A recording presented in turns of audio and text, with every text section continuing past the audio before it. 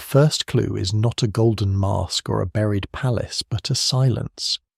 It lies in a ruined street where grass has pushed through stone in a desert hollow, where broken pottery gathers under the wind in a cave, where a skull fragment rests beside the ash of a fire that went cold tens of thousands of years ago.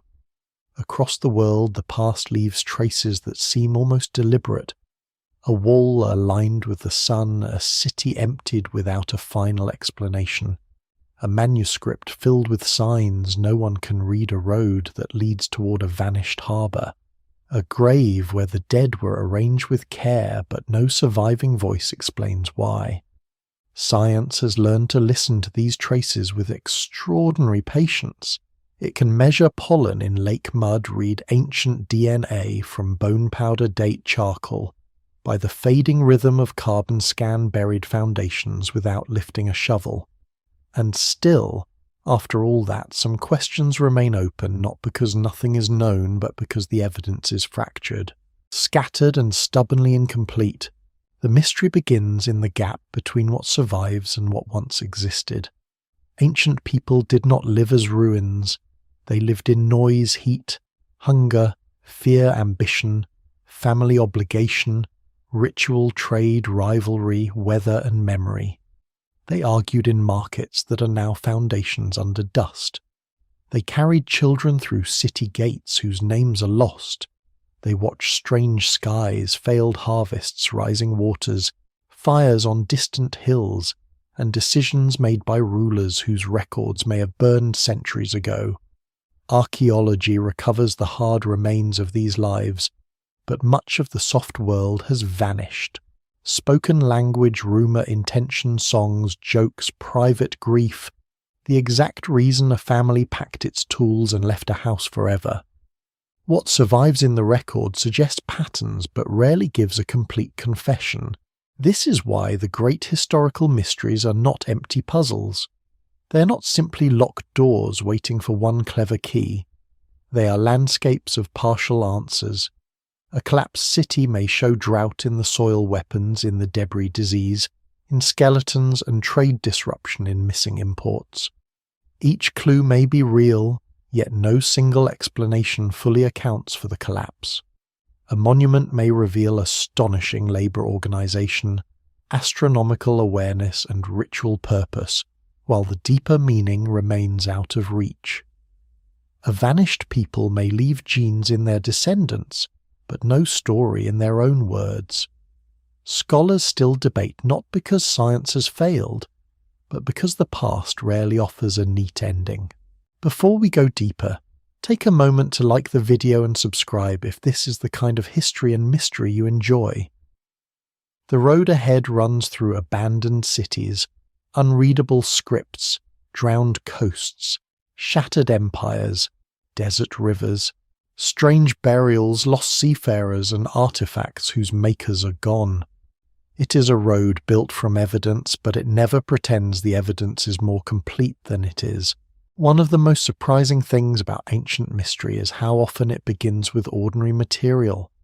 A handful of seeds can change the story of a civilization. Charred grain from a storage room may show what people ate, what failed, and what they feared running out of. A layer of wind-blown dust inside a city can suggest years of dry weather. A child's tooth can hold chemical traces of migration. A cooking pot can preserve residue from a meal prepared thousands of years before anyone imagined a laboratory. Even silence in the record can be meaningful. When imported goods suddenly disappear from a city, it may reveal broken trade routes. When graves change shape, it may suggest new beliefs, new populations, or social stress. When a settlement shrinks, the missing houses matter as much as the standing ones, yet every clue is also limited. Ancient DNA can show relationships and movements, but not the full culture carried by those people. Climate data can reveal drought, flood, or cooling, but not exactly how leaders responded or how households suffered. Inscriptions can name kings and victories, but kings often lie, exaggerate, or ignore everything that does not glorify them. Myths may preserve echoes of real disasters, but they also transform memory into sacred story. Even ruins can mislead. A city destroyed by fire may look like a violent end, but the fire might have come after abandonment or during rebuilding or through accident. The evidence remains incomplete, and the careful historian must hold several possibilities at once. That tension is what gives these mysteries their power. They are not fantasies placed on top of the ancient world. They are the unfinished edges of real knowledge. The Late Bronze Age truly did fracture across the eastern Mediterranean. The Sahara truly was once greener than it is now. Human relatives truly disappeared while our own species survived. Some writing systems truly remain unread. Some monuments truly required planning and labour on a scale that still commands respect. Some cities truly fell so quickly that later generations remembered them as warnings. These are not inventions. The mystery lies in the details: why here, why then, why in that order, why some endured while others vanished. And the deeper one looks, the more the ancient world refuses to behave like a simple story of progress. Civilizations rise, but they also become fragile. Trade brings wealth, but also dependence. Rivers feed cities, then shift course. Forests become fields, then erode. Rulers build temples to show permanence, but permanence is often the illusion most easily broken. A drought that one village survives may ruin a kingdom tied to tribute and grain shipments. A migration may look like invasion in one source, rescue in another, and slow blending in the soil. A strange burial may seem brutal, sacred, political, or intimate, depending on which fragment is found first. So the journey begins not with certainty, but with disciplined wonder. The ruins are real, the bones are real. The flood layers, tools, roads, tablets, beads, walls, and shipwrecks are real. Around them gather 30 mysteries that science has narrowed, sharpened, and sometimes transformed, yet still cannot fully explain. They are mysteries of disappearance and survival of human imagination, and environmental pressure of memory preserved and memory lost. They remind us that the past is not gone in a clean line behind us. It remains underfoot, underwater, under sand, inside language, inside blood, inside stories, told long after their original meaning has faded. The first great pattern to face is disappearance. Not the disappearance of a single person, but of whole urban worlds that once seemed permanent. Cities where lamps burned in doorways, scribes bent over tablets, merchants counted weights, priests watched the heavens, and families stored grain against bad years. Then something changed. Streets emptied, workshops cooled, palaces cracked. The living moved on or died or became strangers in the lands around them. And centuries later, when the earth is open, the question rises again from the dust: what force is strong enough to make a city vanish? A vanished city rarely disappears all at once in the way a story wants it to. More often it fades by degrees. A courtyard fills with wind-blown dirt. A room once swept by servants becomes a place where animals shelter from heat.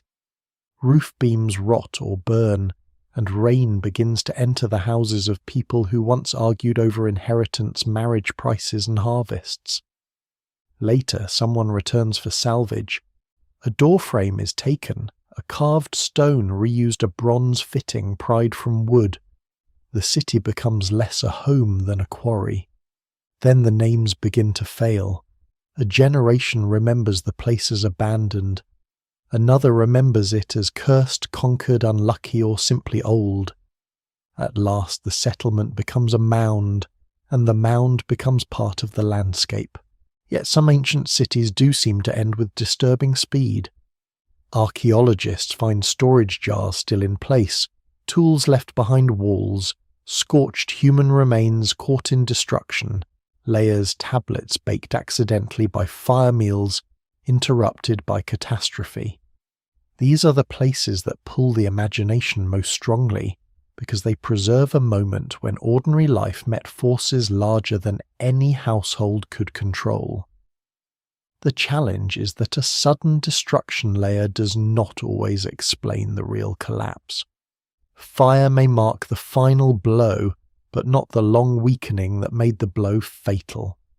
A city can burn in one night after generations of drought, debt, unrest, environmental damage, or political pressure. What looks like an ending may only be the last visible page. At Mohenjo-Daro in the Indus Valley, broad streets and carefully built drains show a society with a striking concern for urban order.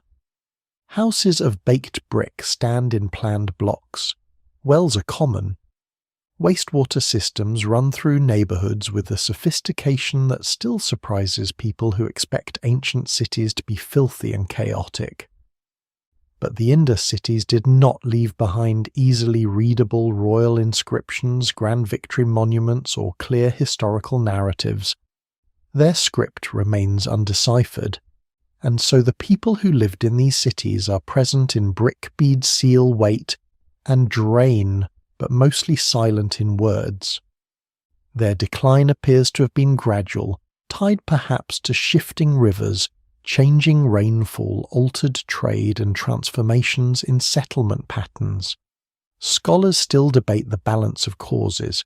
No single invasion, flood, or disaster fully accounts for this vast urban fading. The mystery is not whether the cities existed or whether they changed, but how such an organized world could loosen without leaving a clear explanation from those who endured it. Far to the west in Mesopotamia, cities often left richer texts, but richer texts do not remove mystery. Once a powerful city of southern Iraq was built in a land where water was both life and danger. Irrigation made fields productive, but it also brought salt upward through the soil. Over time, salinization could reduce yields and strain the system that fed temples, palaces, and households. Political shifts, changing river courses, conflicts, and economic transformations all shaped the life of the city. The evidence suggests resilience as well as decline because cities do not simply die the first time conditions worsen. People adapt. They change crops. They repair canals. They negotiate power. But adaptation has limits, especially when the environment and political order begin to fail together. The ruins of Ur therefore ask a harder question than what destroyed it. They ask how long a society can manage a slow crisis before management itself becomes another form of exhaustion. Then there are the cities remembered through catastrophe, Pompeii and Herculaneum buried in the eruption of Vesuvius in the year 79. They are not mysteries in the basic sense. The volcano is known. The ash pumice pyroclastic flows, skeletons, buildings, and preserved streets all speak with terrible clarity. Yet even here uncertainty remains in the details. The exact sequence of death, the behavior of those who stayed or fled the warnings, people understood or ignored, and the social lives frozen beneath the eruption continue to be studied. The cities are often imagined as ordinary Roman life paused in a single instant, but that image is too simple.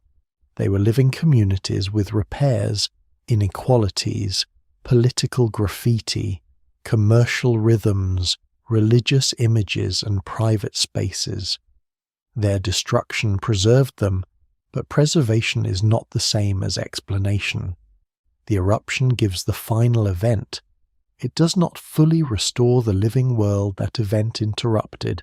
Other cities vanish because their setting betrays them. Along coasts, harbours silt up sea levels, shift earthquakes, drop land beneath water, and trade routes move elsewhere. A port can flourish for centuries, then lose the channel that made it wealthy. In Egypt near the mouth of the Nile, the cities of Thonis Heracleion and Canopus eventually sank beneath the Mediterranean, after a combination of natural processes likely involving unstable sediments, subsidence, earthquakes, and rising water. Statues, temple stones, Inscriptions, anchors, and ship remains later emerge from the seafloor, not as a fantasy of a lost world, but as a reminder that coastlines are restless things. What survives in the record suggests a thriving religious and commercial zone, yet the full sequence of its decline remains difficult to reconstruct. Water preserves and hides at the same time. In Central America, the classic Maya cities offer another kind of puzzle. Their ruins rise from forests that were once intensely managed landscapes. Cities such as Tikal, Calakmul, and many others were linked by politics, warfare, dynastic rivalry, trade, ritual calendars, agricultural systems, reservoirs, and roads. The old popular image of a peaceful civilization mysteriously swallowed by jungle has given way to something more complex. There were wars, droughts, political fragmentation, environmental pressures, and regional differences. Some cities declined while others adapted. Some populations moved rather than vanished. The Maya did not disappear. Millions of Maya people live today. The mystery is the transformation of a particular urban and political order, not the extinction of a people. This distinction matters because mystery becomes distortion when it erases descendants. A lesser-known detail in many abandoned cities is that ordinary people often remain more visible than kings. A collapsed palace may attract attention, but a humble house can reveal the deeper story. Grinding stones worn from daily labour-patched floors, storage bins, children's objects, animal bones from meals, repairs made with cheaper materials as conditions worsened. In some places, the elite centre declines while surrounding villages continue. In others, public monuments stop being maintained before household life fully ends. These patterns warn against imagining collapse as a single curtain falling across everyone at once. For some, collapse is a political event. For others, it is a bad harvest, a tax demand, a dangerous road, a missing market, a well-gone brackish, a son who does not return. The abandoned city therefore becomes a map of unequal experience. Rulers may lose legitimacy before farmers abandon fields. Traders may sense danger before priests admit the omens have failed. Craftsmen may shift production before scribes record trouble. A city is not just walls and temples, it is a system of confidence. People must believe that food will arrive, that water will flow, that markets will open, that laws will hold, that gods or ancestors still protect the place, that tomorrow will be difficult but recognizable. When that confidence breaks, stone cannot hold a population by itself. The mystery of vanished cities is not only why they fell, but why some were never rebuilt in the same way. Many ancient settlements sat on good land near water roads or sacred places. Others were reoccupied again and again, forming high mounds made of centuries of rebuilding. But some were left to silence. Perhaps the river moved. Perhaps the trade route died. Perhaps disease or memory made return undesirable. Perhaps political power shifted so completely that the old centre no longer mattered. The evidence remains incomplete because abandonment can be an action without a monument. People leave with their reasons inside them, and those reasons decay faster than brick. As the trail of empty streets widens, it becomes clear that no city vanishes alone. Behind every abandoned gate stands a larger network: fields, mines, forests, herders, ports, roads, neighbouring enemies, distant allies, and climates that do not care about royal plans. When several cities fall in the same broad age across many regions, the question changes. It is no longer only the fate of one place. It becomes the story of a whole world under stress. And few ancient worlds show that stress more dramatically than the brilliant, violent, interconnected age that fractured at the end of the Bronze Age. The Bronze Age world does not fall like a single tower. It unravels like a net stretched too tightly across land and sea. For centuries, the Eastern Mediterranean and Near East are bound together by ships, caravans, royal marriages, diplomatic letters, tribute warfare, and the steady movement of copper and tin, the two metals needed to make bronze. Palaces rise in Mycenaean Greece.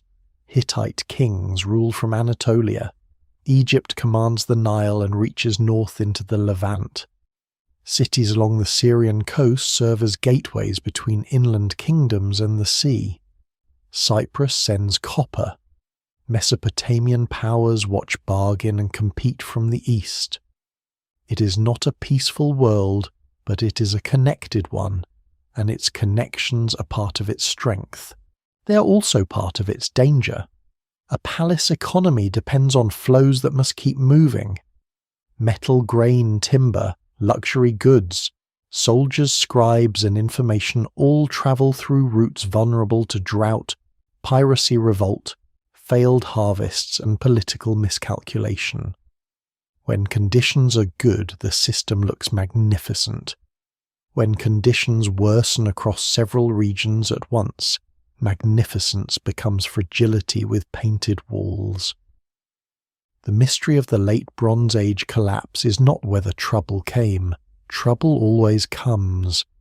The mystery is why so many centres weaken, burn, shrink, or transform within a relatively short span from the late 13th into the 12th century BCE. The evidence is dramatic but uneven. Archaeologists find destruction layers at cities across the eastern Mediterranean. Some palaces in Greece are burned and not rebuilt in the same form. The Hittite capital at Hattusa is abandoned after the empire's power breaks apart.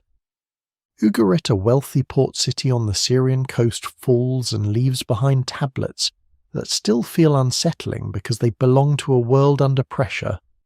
Egypt survives, but its inscriptions describe attacks by groups later gathered under the modern label Sea Peoples, a term that is useful but also misleading if treated as a single nation or simple invasion force. The records show danger from the sea and land, but they do not fully explain the deeper unravelling. For a long time, the collapse was often told as a story of invaders.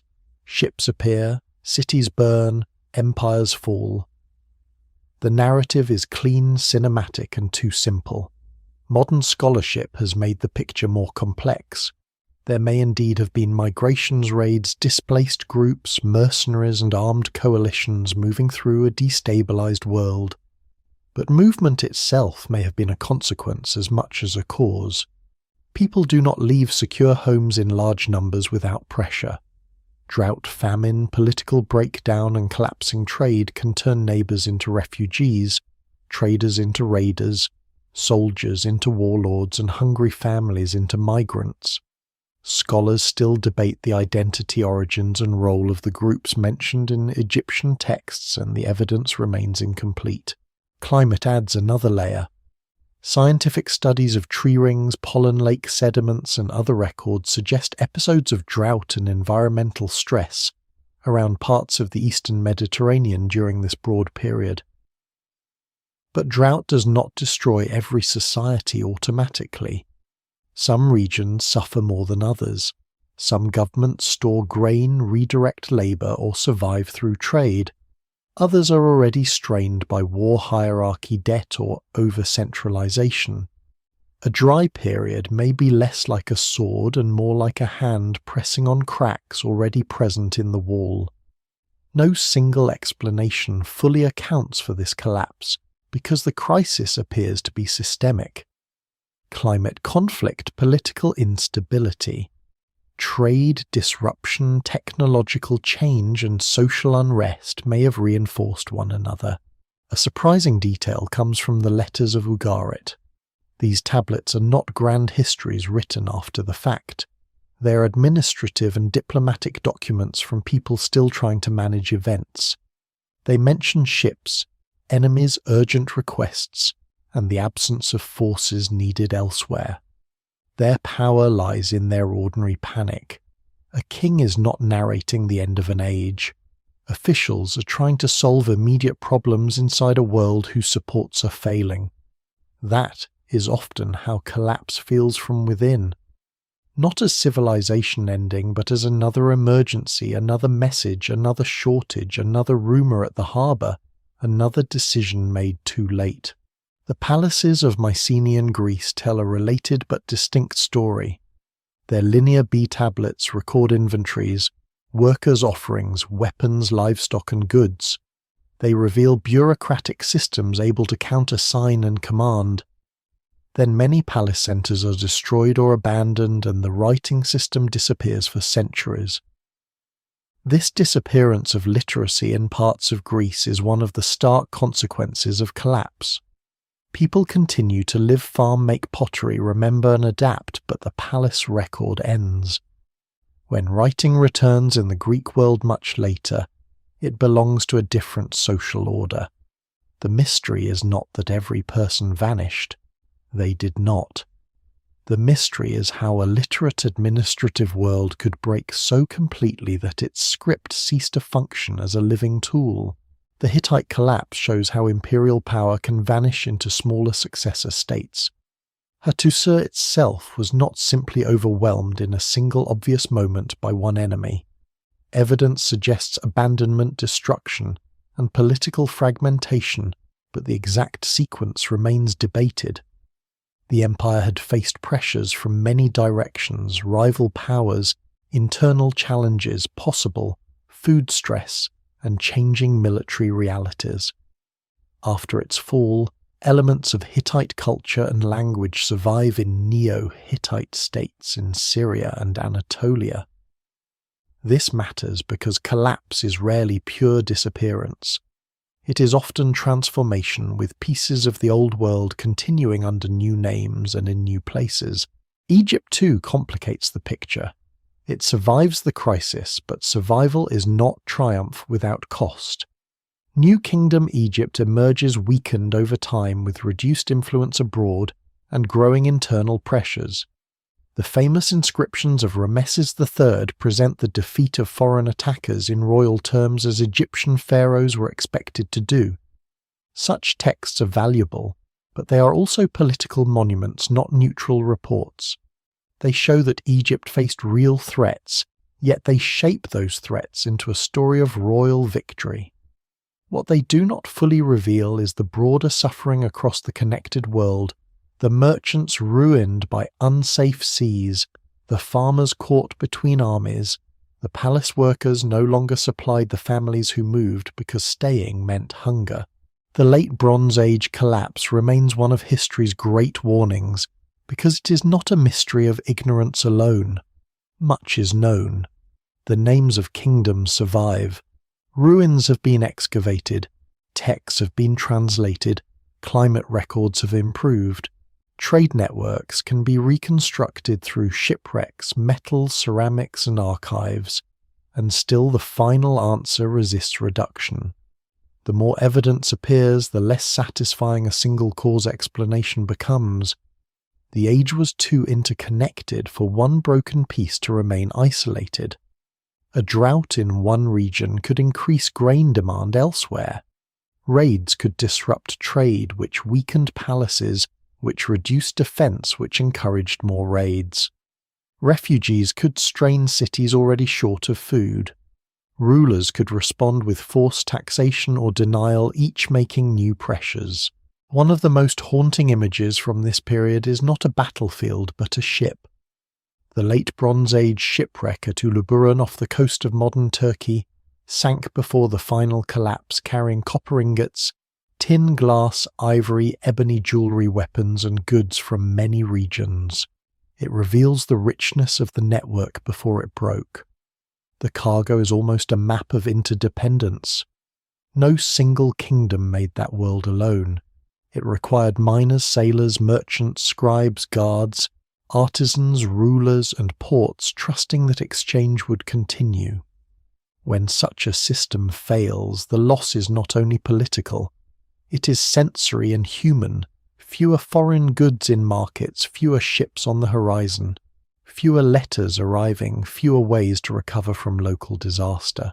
After the collapse, the world does not end, it rearranges. Iron becomes more important over time. Smaller kingdoms rise. Phoenician traders expand across the Mediterranean. Israelite and Aramean polities emerge in the Levant. Greek societies transform before later city-states take shape. The Old Palace Age becomes memory, sometimes distorted into heroic tradition. In that sense, the Bronze Age fracture becomes a hinge between worlds, not a black hole, but a passage through fire-hunger migration and reinvention. Still, the mystery remains alive because it resembles patterns that are easy to recognize and hard to admit. Complex societies often believe their networks make them secure. Sometimes they do. But networks can also transmit shock. The Bronze Age kings wrote to one another as powerful men in a durable order. They did not know they were living near the edge of an age that later generations would struggle to explain. Their ruins remind us that collapse rarely arrives as one cause wearing one face. It comes as weather, war debt, fear, empty roads, failed messages, and the slow discovery that the system built to manage crisis has become part of the crisis itself. Beyond the burned palaces and broken trade routes lies an even older and wider mystery, written not in royal archives but in sand lake beds, stone tools, and the memory of water. Long before some cities vanished, entire landscapes changed their nature. Places now known for dust and heat once held rivers, grasslands, fish, cattle hunters, and settlements. The next mystery is not simply why people left a city, but how human beings lived through the transformation of a world itself. Before the desert becomes desert, it is a country of water. In the place where dunes now move like slow waves under a hard sky, there are once lakes wide enough to gather birds in great clouds, rivers cutting through grasslands, fish bones left near hearths, cattle painted on stone, and human footprints pressed into mud that will later dry, crack, and vanish beneath sand. The Sahara, now the largest hot desert on Earth, was not always the emptiness people imagine. During the African humid period, especially after the last ice age, parts of North Africa became far wetter than they are today. Monsoon rains pushed northward, vegetation spread. People hunted, fished, herded, travelled, and made images of animals in landscapes that would be almost unrecognizable now. This is not speculation in the loose sense. The evidence lies in lake sediments, fossil pollen, ancient shorelines, river channels. Visible from satellites, shells, fish, remain stone tools and rock art. In places now remote and dry, the ground preserves signs of former wetlands and human activity. The desert has a memory, though it keeps that memory in fragments. Scientists can reconstruct broad patterns of climate shift, but the details of how different communities experienced the drying remain uneven. The evidence remains incomplete because people did not all move at the same time, the climate did not change evenly everywhere, and the desert has destroyed or hidden much of the record. The Green Sahara is one of the great reminders that landscapes are not fixed backdrops. They are actors in human history. A valley that supports cattle for generations may become a corridor of retreat. A lake that feeds families may shrink into salt and cracked mud. A route that once connects communities may become impassable. People living through such change would not necessarily understand it as a neat climatic transition. They would see shorter rainy seasons, thinner grazing wells that fail earlier animals moving farther away, disputes over water and old places no longer able to hold the same life. What later becomes a geological pattern begins as a human inconvenience, then a danger, then a decision. The timing of the Sahara's drying is still debated in its regional detail. In some areas, evidence suggests gradual change. In others, the shift may have felt more abrupt.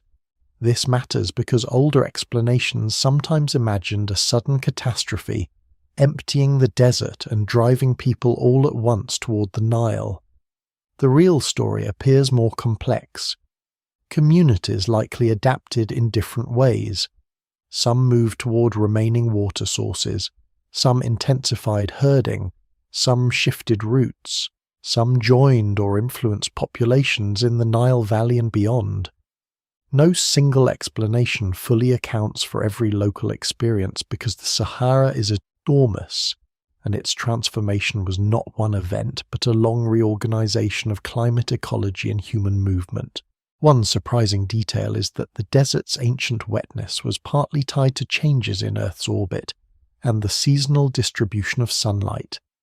Slight variations in the planet's relationship to the sun helped strengthen African monsoon systems during certain periods drawing rain farther north.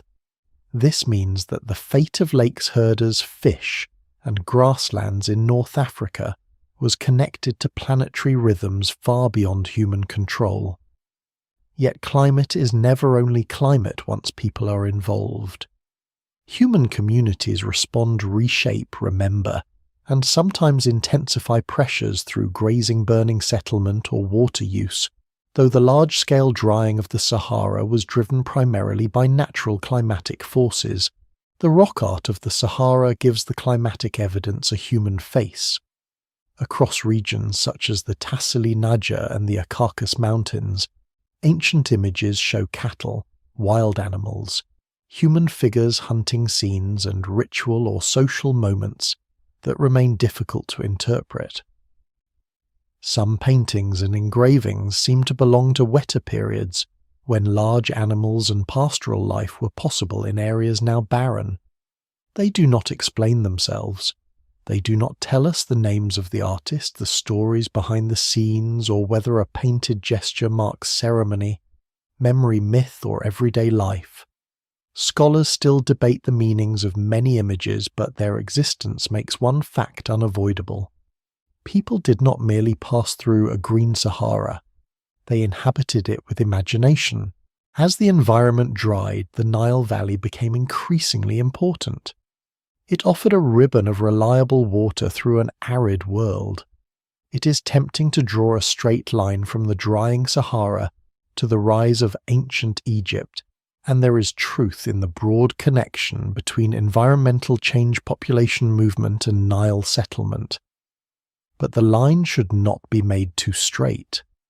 Egyptian civilization emerged from many processes: local development, agriculture, trade, political consolidation, religious imagination, technological skill, and interaction with surrounding regions. The drying Sahara may have helped concentrate people and animals toward the Nile, but it did not mechanically create pyramids, pharaohs, or writing. What survives in the record suggests influence and pressure, not a simple cause and effect machine. Other deserts hold similar memories of water. In Arabia, ancient lakes and river systems supported humans and animals during wetter phases, opening corridors for movement. Stone tools found in now arid regions show that early humans and other hominins moved through landscapes that periodically became hospitable. In the Australian interior, changing water availability shaped route survival strategies and sacred geographies over vast spans of time. In Central Asia, river shifts and desert expansion affected oasis settlements and trade. Again and again, the mystery is not whether climates changed. They did. The mystery lies in the human scale of response: who moved, who stayed, who adapted, who disappeared from one region only to reappear in another form elsewhere. The ancient rivers beneath deserts are especially haunting because they challenge the way modern eyes read a map. A dry channel may look like nothing from the ground, just a shallow depression among stones. From above, it becomes a ghost system, branching lines of former flow drainage basins, buried corridors. Some of these channels may have guided animals and humans for long periods before drying. Others may have flowed only seasonally or during specific wet phases. Satellite imagery has made these lost systems more visible, but visibility is not the same as full understanding. A buried riverbed can show where water once moved. It cannot by itself tell us the songs, fears, disputes, and memories carried along its banks. The consequences of drying were not only practical, they were cultural. When people leave a lake, they leave more than water. They leave graves, paths, seasonal meeting places, hunting knowledge, grazing traditions, and stories tied to particular hills and shores. A changing climate can turn sacred geography into dangerous geography. It can make ancestral places unreachable or unlivable. It can force memory to travel. Some myths of lost abundance may preserve distant echoes of greener times, though such links must be made carefully. Popular imagination often rushes to turn every flood or desert legend into a direct record of one event. The evidence rarely allows that confidence. Still, it is reasonable to think that major environmental transformations shaped human memory in ways that survive in altered symbolic form. The Green Sahara also warns against the idea that ruins are always made of stone. Sometimes the ruin is ecological. A vanished lake is a ruin. A dead river is a ruin.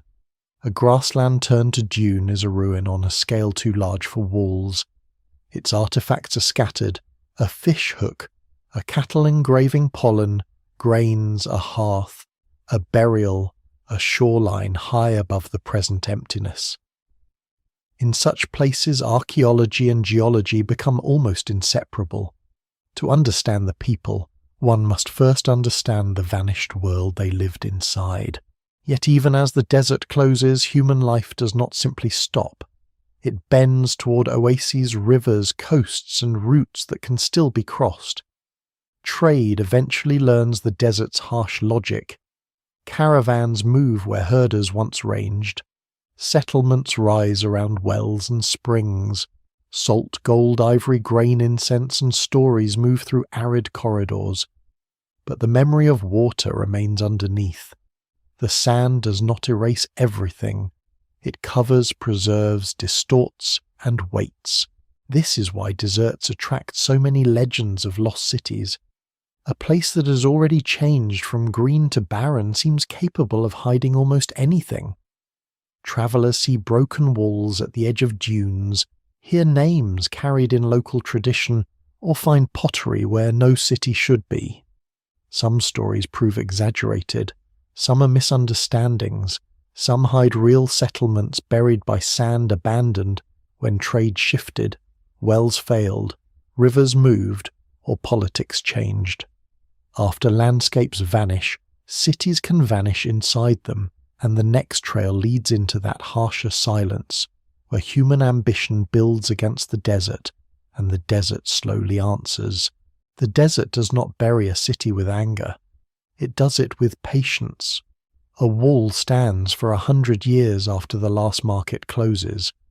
A tower loses its wooden floors, then its roof, then its shadow as sand gathers around its base. Doorways become half-moons. Courtyards fill first at the corners where wind slows and drops its load. Potsherds rise and disappear with every season. A street that once carried donkeys, soldiers, merchants, pilgrims, and gossip becomes a shallow trough between dunes. No horn sounds the end. No inscription announces that the desert has won. The city simply becomes harder to find. Across North Africa, Arabia, Central Asia, and the edges of the old Silk Road's buried or half-buried cities reveal a kind of mystery different from sudden collapse. Here disappearance is often gradual, bound to water trade and memory. Desert settlements rarely exist by accident. They stand where wells can be defended, where caravans must pause, where river branches once ran, where mines or temples or borders give people a reason to remain. Their survival depends on precision. A city in a wet valley may endure mismanagement for generations. A city in the desert cannot afford many mistakes. If the well fails, if the oasis shrinks, if the road shifts, if war makes caravans choose another route, stone walls become stranded in a hostile world. One of the most famous names carried by desert mystery is Ubar, often linked in modern imagination with the lost city of Iram. For centuries, stories spoke of a wealthy place connected to the incense trade of Arabia, a city swallowed by sand, a place of towers and punishment. Modern exploration in Oman, especially around the site of Shissa, uncovered remains of a fortified settlement near a collapsed limestone cavern that may once have supported a water source. The discovery was exciting, but the popular version quickly grew larger than the evidence. What archaeology suggests is a real desert outpost connected to trade water management and regional movement, not a magical metropolis erased in one night. Scholars still debate how directly such sites should be tied to legendary names. The mystery remains valuable precisely because it shows how trade geology and storytelling can fuse into one powerful memory. The incense roots themselves explain why such places mattered. Frankincense and myrrh were not minor luxuries in the ancient world. They moved through temples, funerary rites, medicine, royal courts, and elite households. Their value helped support caravan networks across difficult terrain. A desert town along these routes could become wealthy, not by growing abundant crops, but by controlling passage, storage, taxation, and water. Yet that wealth was vulnerable. If maritime trade expanded, if political control shifted, if demand changed, or if local water sources weakened, the settlement's reason for existing could fade. What survives in the record suggests not one dramatic doom, but a chain of practical losses. In the Taklamakan Desert of western China, the sand has preserved another world town's documents, textiles, mummies, Buddhist paintings, wooden tablets, and traces of cultures that lived along the margins of one of the harshest deserts on Earth. Places such as Nia Lulan and other oasis settlements were tied to routes later grouped under the name Silk Road. Their ruins show how life could flourish where water from mountains fed rivers into the desert edge. But rivers in such landscapes are restless. They change course, shrink, or vanish into sand. Lulan, once near the Lopner region, appears to have declined as water systems shifted and political conditions changed. The exact sequence remains debated, but the broader lesson is clear. An oasis city lives at the mercy of hydrology as much as empire. There is a strange intimacy in these desert ruins, because dry conditions preserve organic materials that would rot elsewhere. Small human details survive with unusual force. A shoe, a scrap of fabric, a wooden comb, a written order, a child's object, a bundle of reeds, a piece of felt, a repaired garment. These are not the grand trophies of kings, yet they bring the dead city closer than monumental stone. In some Silk Road sites, documents reveal administration, legal disputes, taxes movement, and daily management across multicultural frontiers. The desert that destroys settlement can preserve paperwork with almost absurd care. A town may vanish from living memory, while its receipt sleeps safely under sand. Farther west, Palmyra rises not as a lost city entirely swallowed, but as a desert metropolis whose ruins long stood visible, magnificent, and wounded by time. Its wealth came from its position between the Roman and Parthian worlds, tied to caravan trade, local elites, temples, and a culture that blended influences without belonging simply to one side.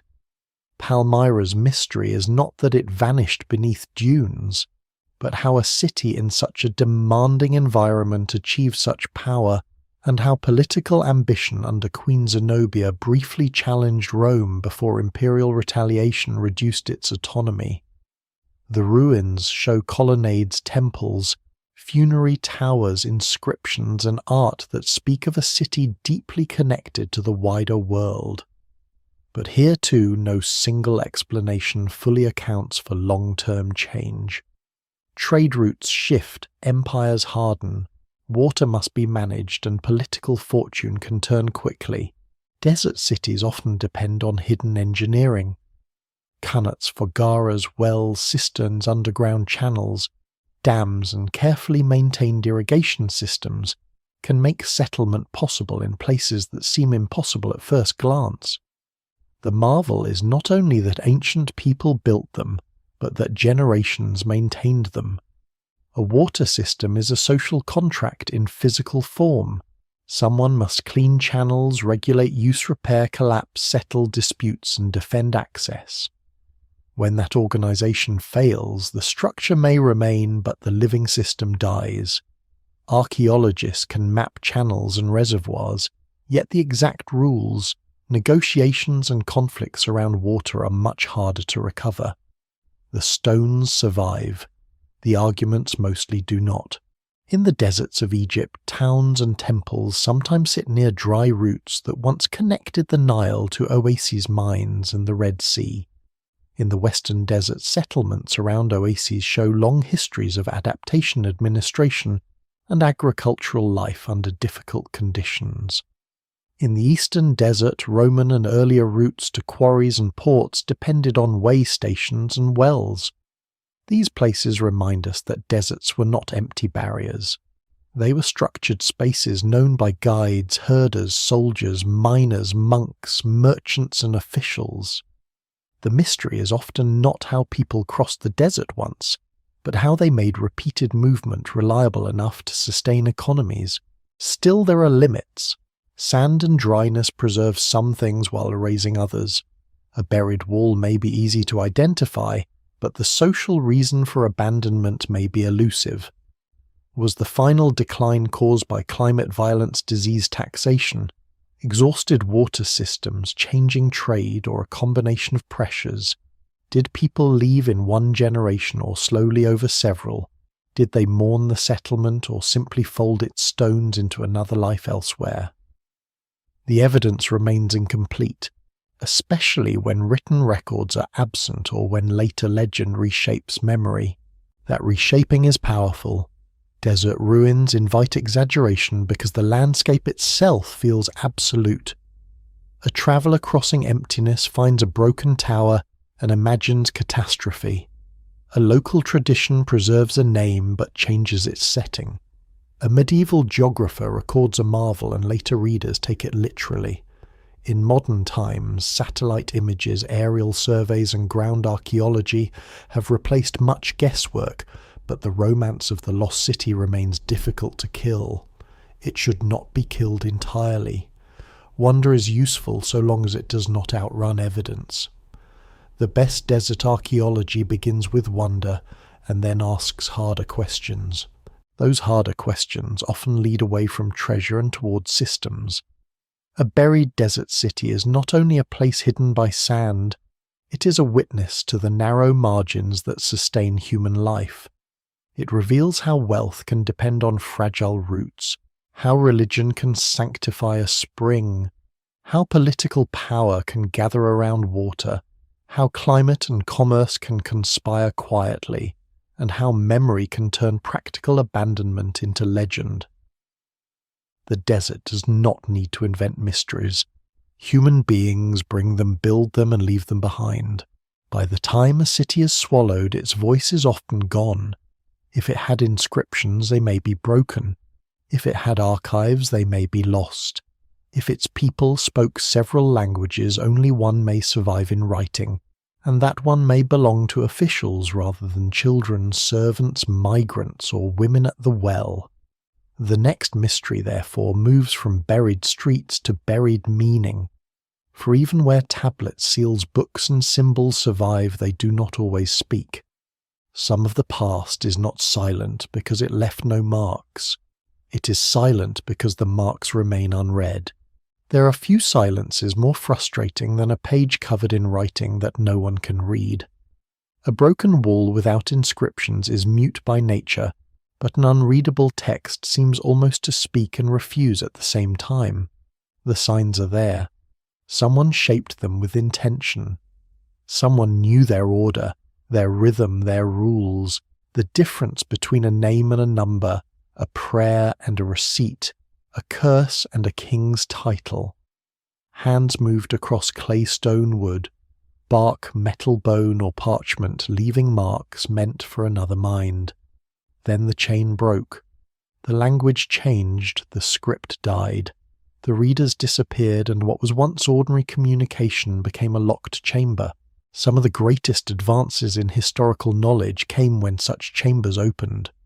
Egyptian hieroglyphs became readable after the Rosetta Stone helped scholars compare scripts and languages. Cuneiform yielded through patient work across many inscriptions.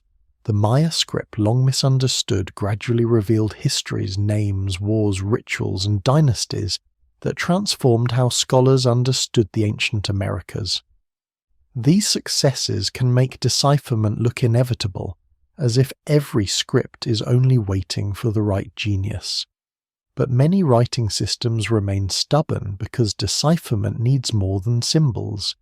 It needs enough examples, known languages, repeated patterns, bilingual texts, cultural context, and luck. The Indus script is one of the most famous unresolved cases.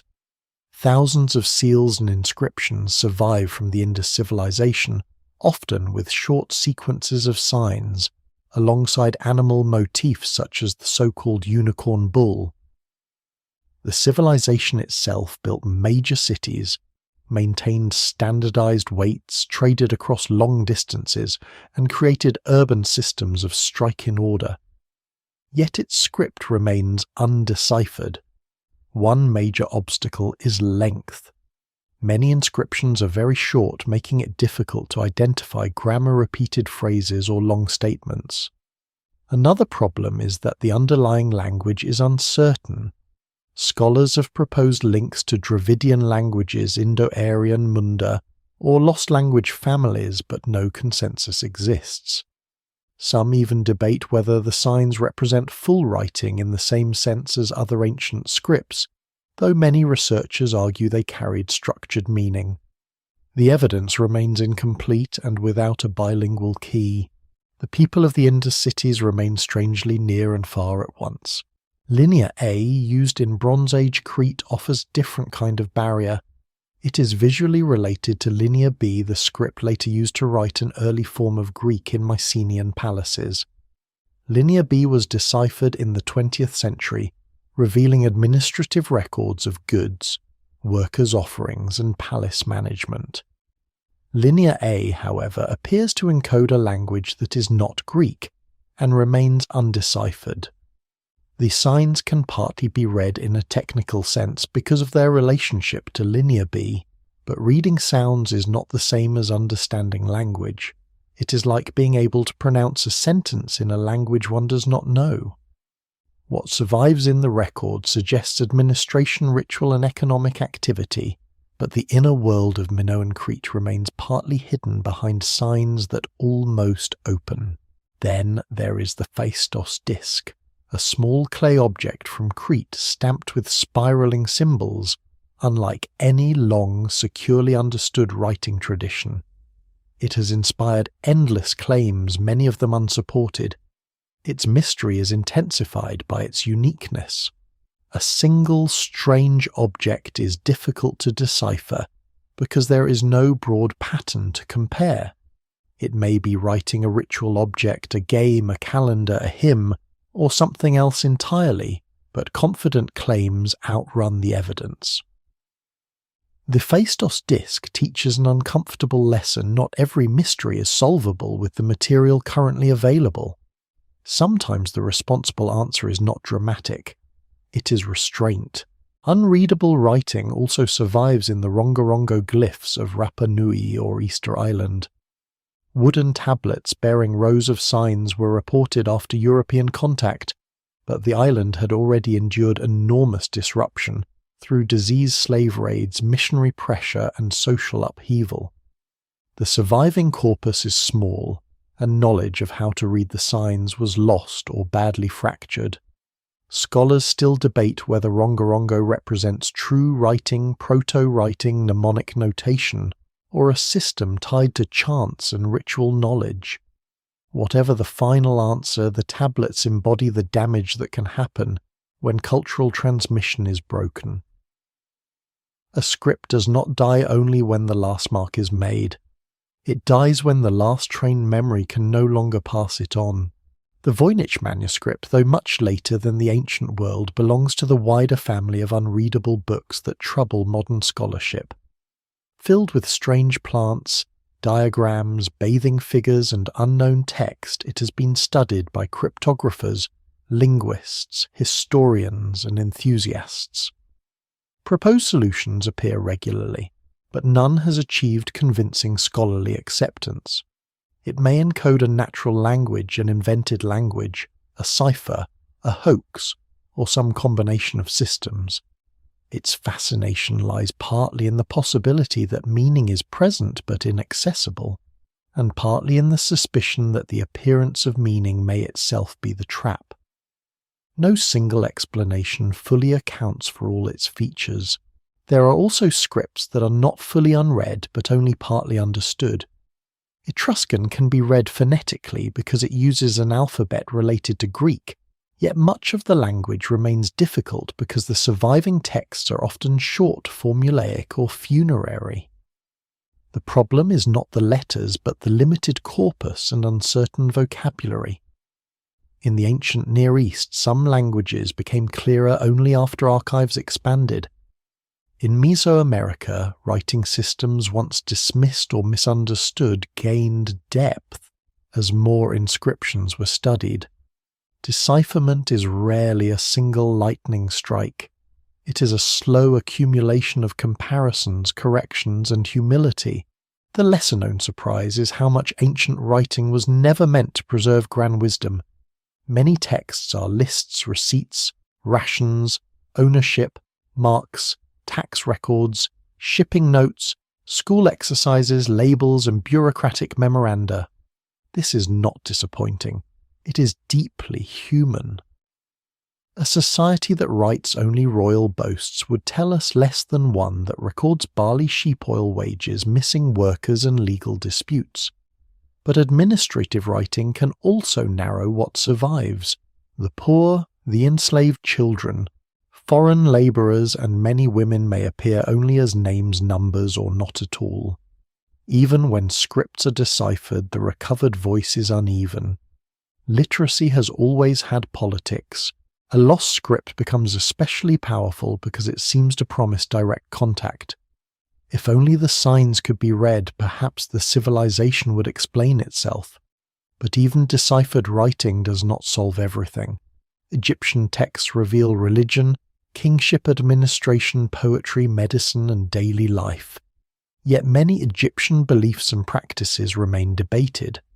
Maya inscriptions name rulers and events, but archaeology is still needed to understand fields, households, climate, and common life. Writing is not the past itself. It is one surviving layer shaped by power, purpose, material, and chance. Still, when writing cannot be read, an entire dimension is missing. The Indus cities lose their own names. Minoan Crete loses much of its self-description. Rapa Nui loses a possible archive of memory. These absences affect every interpretation. Archaeologists must lean more heavily on settlement patterns, trade goods, iconography, environmental data, and comparison. They can build strong arguments, but the people remain harder to hear. The mystery is therefore not only technical, it is emotional. We see that ancient minds reached outward and we cannot yet meet them halfway. The danger is that unreadable texts attract fantasy. Claims of aliens, lost super-civilizations, secret prophecies, or impossible knowledge often gather around scripts that resist decipherment. Such claims usually reveal more about modern desire than ancient evidence. The responsible approach is slower and less glamorous. Catalogue signs compare sequences, test hypotheses, study material context, avoid forcing meaning where patterns are too thin. Scholars still debate, and they should. Debate is not failure when the alternative is false certainty. A script becomes readable when enough bridges survive. A bilingual inscription, a known language, a large corpus, repeated names, predictable formulas, internal patterns, archaeological context and patient method can turn marks back into speech. Without those bridges, the past remains partly sealed. Yet even sealed texts matter. They prove complexity. They prove memory. They prove that people made systems of meaning rich enough to outlive their readers.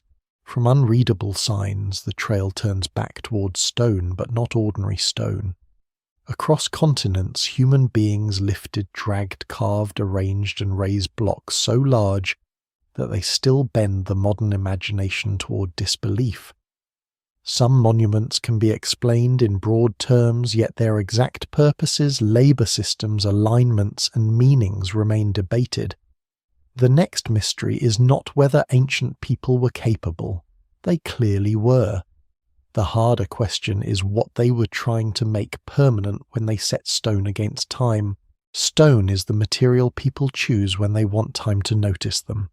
Wood rots, cloth disappears, spoken words dissolve almost as soon as they are made, but stone remains in the weather, stubborn and heavy, long after the hands that moved it are dust.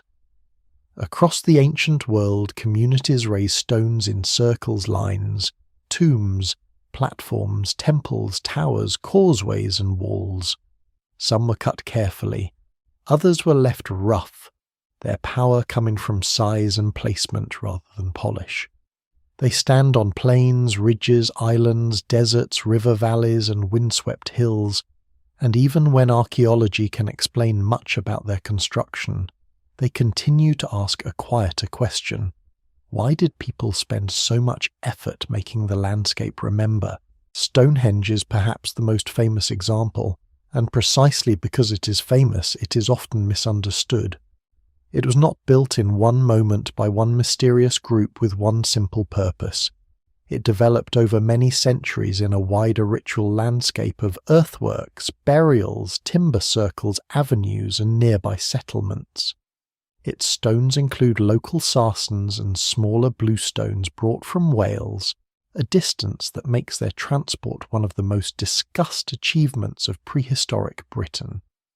The monument aligns with solar events, especially the solstices, but calling it merely an ancient calendar flattens it. What survives in the record suggests ceremony, burial gathering, ancestry, seasonal movement, and social cooperation. Scholars still debate the exact meanings of its stages because no written explanation survives from its builders. A lesser-known detail is that the area around Stonehenge may matter as much as the stones themselves. The nearby site of Durrington Walls shows evidence of large gatherings feasting, and houses suggesting that people travelled to this landscape for seasonal events. Animal bones indicate pigs were slaughtered in significant numbers, and isotopic evidence suggests some animals came from far away. The stones then were part of a living ceremonial geography, not an isolated puzzle on an empty plain. The mystery shifts from how did they move the stones to what kind of society could bring people, animals, labour and belief together across such distances. The answer is partly visible but not complete. In Brittany, the Karnak alignments stretch in long rows of standing stones, thousands of them across the landscape. Their sheer number is astonishing. Unlike a single dramatic circle, Karnak creates an extended field of repetition, order and movement. The stones may relate to ritual pathways, territorial marking, ancestor veneration, astronomical observation, or social memory, but no single explanation fully accounts for the scale and arrangement. Some stones are massive, others modest. Some alignments shift subtly across terrain. Their builders lived in Neolithic societies capable of organising labour without kings in the later sense, which challenges the old assumption that monumental building requires centralised empires. Social pressure, shared belief, seasonal gatherings and competition between communities may all have played roles. Far older than Stonehenge Göbekli Tepe in southeastern Turkey, changed many assumptions about monumentality. Built by hunter-gatherer or early sedentary communities, Before fully developed farming societies in the region, its circular enclosures contain T-shaped pillars carved with animals and abstract symbols. The site suggests that ritual and communal construction may have been deeply involved in the transition towards settled life, rather than simply appearing after agriculture created surplus. But the meaning of the carvings, the exact social organization behind the site, and the reasons its enclosures were deliberately buried remain debated. Göbekli Tepe is not evidence for lost aliens or impossible technology. It is evidence that human symbolic life and social coordination were far more sophisticated earlier than many once imagined. Megalithic tombs add another layer. In Ireland, Newgrange is aligned so that sunlight enters its passage around the winter solstice, illuminating the inner chamber. This is not accidental in any simple sense. Its builders shaped stone earth and light into an event that repeats across generations. The mound held human remains, but it was more than a grave. It was a place where death, ancestry, season, and cosmic order appear to meet. Yet the specific beliefs remain unknown. The light can be measured.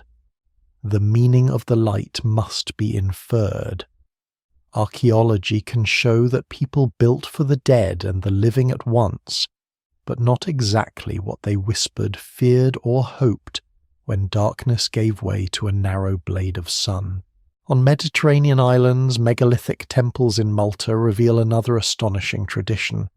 Structures such as Haga Chimnajdra and Gantija were built with massive stones, curved rooms, decorated slabs and ritual spaces long before many later famous monuments. Their builders lived on small islands with limited resources, yet they invested heavily in architecture that outlasted their society.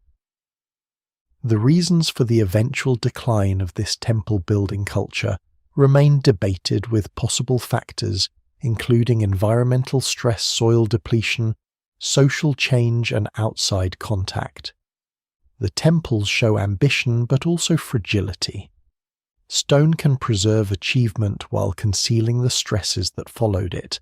In the Andes, later monumental stonework reaches a different expression at places such as Sacsayhuaman, where enormous stones fit together with remarkable precision. The Inca and their predecessors developed sophisticated techniques for quarrying, shaping, moving, and setting stone in seismic landscapes. Much is known through archaeology, ethnohistory, and engineering study, yet the exact organization of labor, ritual, meaning, and local knowledge behind particular constructions can still be difficult to reconstruct.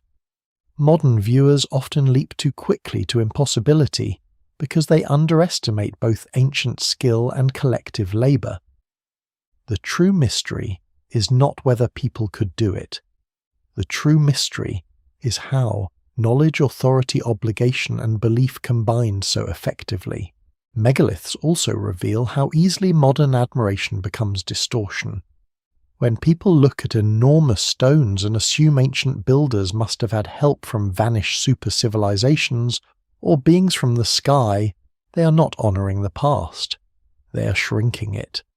The evidence points instead to human patience, experimentation, leverage, ropes, sledges, rollers, ramps, boats, earthen platforms, skilled observation, and the ability to mobilize communities around shared goals.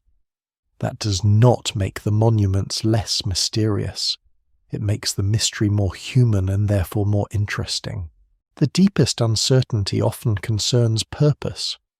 A stone circle may align with the sun, but that does not prove it was only an observatory. A tomb may contain bones, but that does not make it only a burial place. A carved pillar may show animals, but their symbolic meaning may not match modern categories. Ritual astronomy, politics, memory, territory, feasting, death, and identity can exist in the same monument. Ancient people did not divide the sacred, practical, and social as neatly as modern analysis sometimes does. What survives in the record suggests layered meanings, and layered meanings resist simple labels. There is also the question of labor. Who carried the stones? Were they honoured participants, obligated workers, seasonal volunteers, ritual specialists, captives, kin groups, or some combination? Did the act of building matter as much as the finished monument? In many societies, communal labour creates relationships.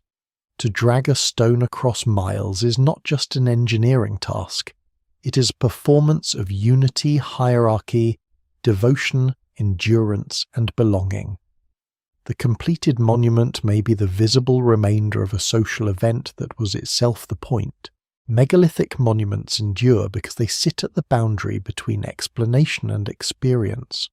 Archaeology can identify quarries, date construction phases, analyze tools, reconstruct alignments, and map surrounding settlements.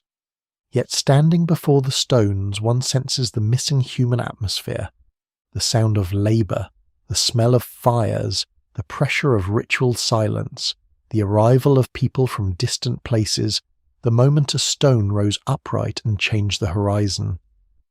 The evidence remains incomplete, but it is not empty. It points towards societies that made meaning at monumental scale. And once people learn to move stone, the question widens. Megaliths are only one face of ancient engineering. Elsewhere, builders raised pyramids, cut tunnels, drained marshes, levelled platforms, aligned temples, carved roads through mountains, and moved water across deserts. Some methods are known in outline but missing in detail. Some achievements were so practical that later generations forgot to marvel at them. The next mystery lies not in whether ancient engineers had impossible secrets, but in how much ordinary genius has been lost because no one thought to write down the method. If stone monuments are the visible memory of effort, ancient engineering is its invisible logic. Beneath walls, beneath temples, beneath roads and cities, there are systems that rarely appear in stories, channels cut at precise gradients, foundations levelled across uneven ground quarries, chosen for the right fracture joints shaped to hold without mortar ramps that once existed, and then vanished tools that wore down and were replaced thousands of times. The mystery is not that ancient people built impressive things. The mystery is how often they did so with methods that leave only faint traces, forcing modern observers to reconstruct entire processes from marks, debris, and absence. The Egyptian pyramids stand at the center of this question. Their scale is undeniable. Millions of blocks, some weighing several tons, are arranged with astonishing precision. The Great Pyramid of Giza aligns closely with the cardinal directions, and its construction required planning, labor organization, quarrying, transport, and careful placement over years, perhaps decades. Archaeology has revealed worker settlements, tool marks, quarry sites, and logistical patterns that show a highly organized state capable of mobilizing and feeding a large workforce. Yet the exact techniques used for lifting, ramping, and positioning blocks remain debated in detail. Straight ramps, spiral ramps, internal ramps, and combinations of methods have all been proposed. No single model has fully satisfied every piece of evidence. The stones themselves remain clear. The full choreography of their placement remains partly inferred. A surprising detail is that the workers who built the pyramids were not slaves in the simplistic sense once imagined in popular culture. Evidence from burial sites and worker villages suggests that many labourers were organised, provisioned, and even honoured within their society. They were likely drawn from agricultural populations during seasons when the Nile flood limited farming, creating a labour pool that could be directed towards state projects. This does not mean the work was easy or voluntary in a modern sense. It means the social structure that made such construction possible was more complex than myth. The mystery is therefore social as much as mechanical, how authority, belief, and necessity aligned to sustain long-term projects of such scale. Water management reveals another layer of lost method. In ancient Mesopotamia, irrigation canals turned dry plains into productive fields, but they also required constant maintenance to prevent silting salinization and collapse. In the Andes, terracing transformed steep slopes into agricultural systems that could hold soil, manage water, and create microclimates. In Sri Lanka, massive reservoirs and intricate channel networks sustained populations in regions with seasonal rainfall. In Persia, and beyond Kannat, systems brought groundwater to the surface across long distances through gently sloping underground tunnels. These systems are not mysterious in the sense of being unknown, but their precise construction, maintenance routines, and social management are only partly recoverable. The channels remain. The agreements that kept them functioning are largely gone. Roads offer a similar puzzle. The Roman road network, famous for its durability, was built with layers of stone gravel and careful drainage, allowing armies goods and information to move across vast territories. Much is known about Roman engineering, yet even here local variations lost techniques, and the lived experience of construction workers remain incomplete. In the Andes, the Inca road system stretched across mountains, valleys, and deserts, using steps, bridges, and carefully chosen routes to connect an empire without wheeled transport in the European sense. Rope bridges made of plant fibers spanned deep gorges requiring periodic rebuilding by local communities. The engineering is visible. The knowledge systems that trained and coordinated people to maintain it across generations are harder to reconstruct. In the ancient world, precision did not always require modern instruments. Alignment could be achieved through careful observation of the sun stars and horizon points. Leveling could be guided by water string and sight lines. Measurement systems, though different from modern units, were consistent within cultures and transmitted through practice. The idea that ancient builders worked blindly or randomly does not survive contact with the evidence. What does remain uncertain is the accumulation of small techniques. How a team coordinated lifting, how signals were given, how tools were sharpened and replaced, how mistakes were corrected, how knowledge was passed from one generation to the next without written manuals that survive. One of the most striking aspects of ancient engineering is its integration with environment. Builders did not impose designs on blank landscapes. They worked with stone-quality water flow, slope climate, and available materials. In Petra, in modern Jordan, the Nabateans carved structures into rock while also managing water through channels, cisterns, and dams that captured rare rainfall.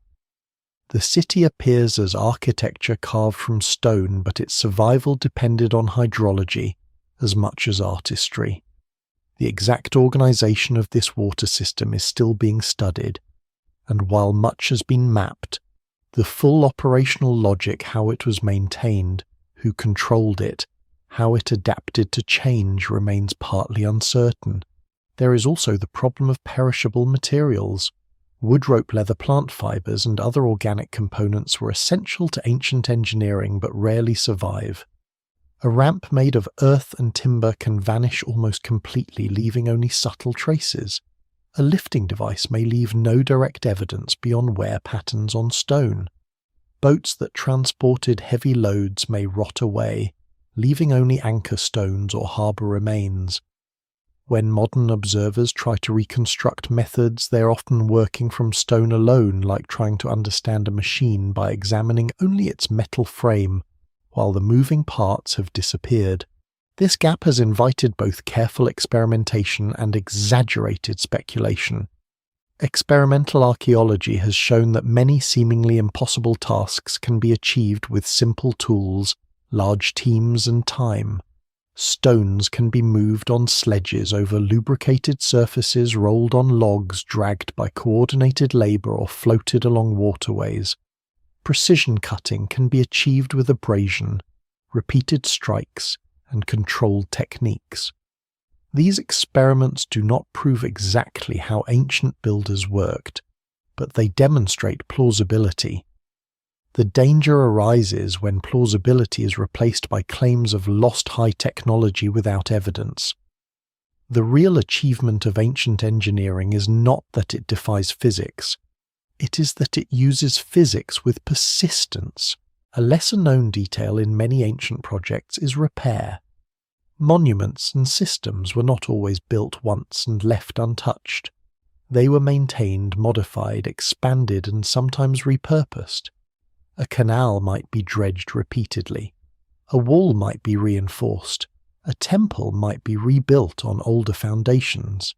These layers complicate interpretation because what appears as a single structure may represent centuries of adjustment. The final form visible today is often the result of many decisions, not one original plan. The social dimension of engineering returns again and again. A road is only useful if people agree to use it. A canal only functions if communities respect its management. A pyramid only rises if labor can be organized and sustained. Engineering is therefore a form of collective behavior embedded in culture, belief, power, and necessity. When those elements shift, systems fail, even if the physical structures remain. A broken irrigation network can turn fertile land into hardship within a few seasons. A neglected road can isolate a region. A dam without maintenance can become a danger. What makes ancient engineering mysterious is not the absence of knowledge, but the uneven survival of it. Some techniques are well understood. Others are reconstructed through careful reasoning. Still others remain uncertain because key evidence is missing. Scholars still debate particular methods not because they ignore simple answers, but because the details matter, and the details are where the past often hides. From stone and water, the narrative turns toward people themselves, not as builders of systems, but as carriers of memory and biology. Entire populations appear, move, mix, and sometimes vanish from the record. Some leave descendants whose genes still carry their story. Others seem to fade almost entirely, leaving only fragments of bone tools and traces in DNA. The next mystery is not built of stone or written in symbols. It is written in bodies' migrations and the long uneven story of human survival.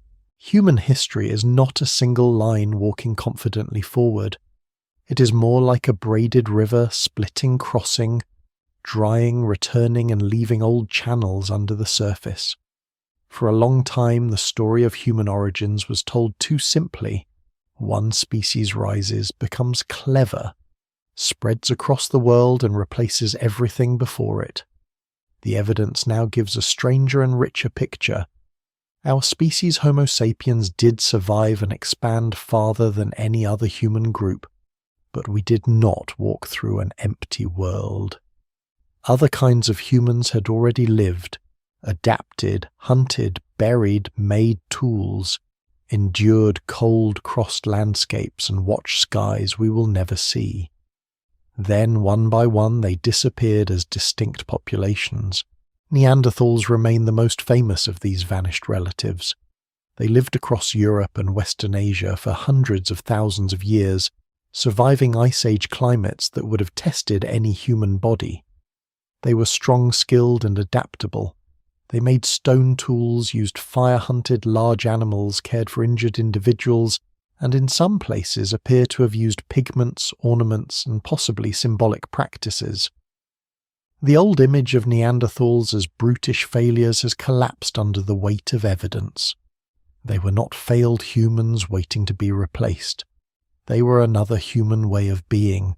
And yet, by roughly 40,000 years ago, Neanderthals as a distinct population were gone. The reasons remain debated. Climate instability likely mattered. Small scattered populations may have been vulnerable to bad years, low birth rates, and local extinctions. Competition or interaction with expanding Homo sapiens may have added pressure. Disease resource overlap, social networks, and demographic disadvantage may all have played roles. No single explanation fully accounts for their disappearance across such a large range. The evidence suggests not one dramatic extinction event, but a long uneven fading, with some groups surviving longer in refuges while others vanished earlier. The most surprising detail is that Neanderthals did not vanish completely. Many living people outside sub-Saharan Africa carry a small percentage of Neanderthal DNA. This means that some encounters between Homo sapiens and Neanderthals were intimate enough to leave descendants. Extinction in this case was not total erasure. It was absorption as well as disappearance. A people can vanish as a recognizable group, while fragments of their biology continue in those who come after. That is one of the quietest and strangest forms of survival. Then there are the Denisovans, known first not from a complete skeleton or a famous cave painting, but from genetic evidence extracted from small bone fragments and teeth found in Denisova Cave in Siberia. From such tiny remains, scientists identified a previously unknown human population related to Neanderthals but distinct from them. Later research found Denisovan ancestry in modern populations, especially in parts of Oceania, East Asia and Southeast Asia, suggesting that these humans once ranged far more widely than their sparse fossils reveal. The body of a Denisovan is still only partly known. Their tools, behavior, appearance, and cultural worlds remain deeply uncertain. They are one of the great examples of a people discovered through traces so small they almost seem impossible. Other human relatives deepen the mystery. Homo floresiensis, found on the Indonesian island of Flores, was small-bodied and lived surprisingly late in time, raising questions about island evolution isolation and how different human forms adapted to limited environments. Homo luzonensis in the Philippines adds another unexpected branch in island Southeast Asia. Earlier humans such as Homo erectus spread across vast regions and survived for immense periods, but the details of their final disappearance remain uncertain. Each discovery complicates the old map. The human family tree is not a neat ladder. It is a crowded landscape with missing paths. Ancient DNA has transformed this field, but it also reveals how much is still unknown.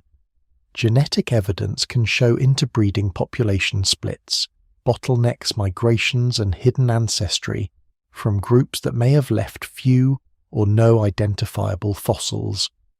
In some cases, scientists detect traces of ghost populations, ancient groups inferred through DNA, but not yet matched to clear archaeological remains. These ghost lineages are not supernatural. They are statistical shadows left by real people, whose bones have not been found or recognized.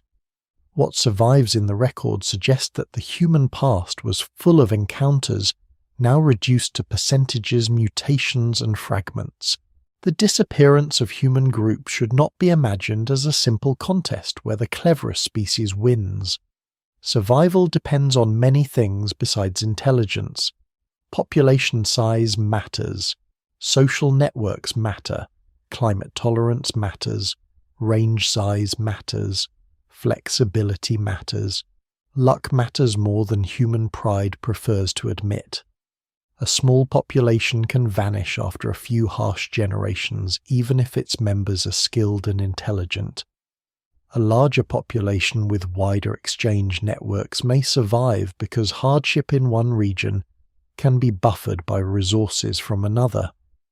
When Homo sapiens expanded, our advantage may have included not only tools and symbols, but social connectivity, the ability to maintain larger networks of exchange mating information and support. Still, scholars debate how different Homo sapiens really were from the human groups they encountered. Were we more innovative, more social, more linguistically flexible, more efficient hunters, better long-distance planners? Or did we simply arrive in greater numbers at a time when other populations were already stressed? The evidence remains incomplete, especially because behavior does not fossilize easily. A stone blade can survive. A story cannot. A pigment mark can survive. The meaning of the mark may not. A burial can survive. Grief itself leaves no direct skeleton. There is also the mystery of our own bottlenecks and expansions. Genetic studies suggest that human populations pass through periods of reduced diversity and later growth, but linking these patterns to specific events is difficult. The eruption of Toba around 74,000 years ago was once proposed as a near-extinction event for humanity, but the strongest modern interpretations are more cautious. The eruption was enormous, and it may have affected climates and ecosystems, yet the idea that it nearly wiped out all humans is debated and not universally supported. This is a recurring pattern in deep history. An event is real, but its human consequences are harder to measure than the drama suggests. Migrations add another layer. Homo sapiens left Africa more than once, and the successful dispersals that populated much of the world were not a single march along one road. People moved through corridors that opened and closed with climate coastlines, grasslands, river valleys, deserts during wet phases and cold steppe routes. Some groups reached Sahul, the combined Ice Age landmass of Australia and New Guinea, by at least tens of thousands of years ago, requiring sea crossings even when sea levels were lower.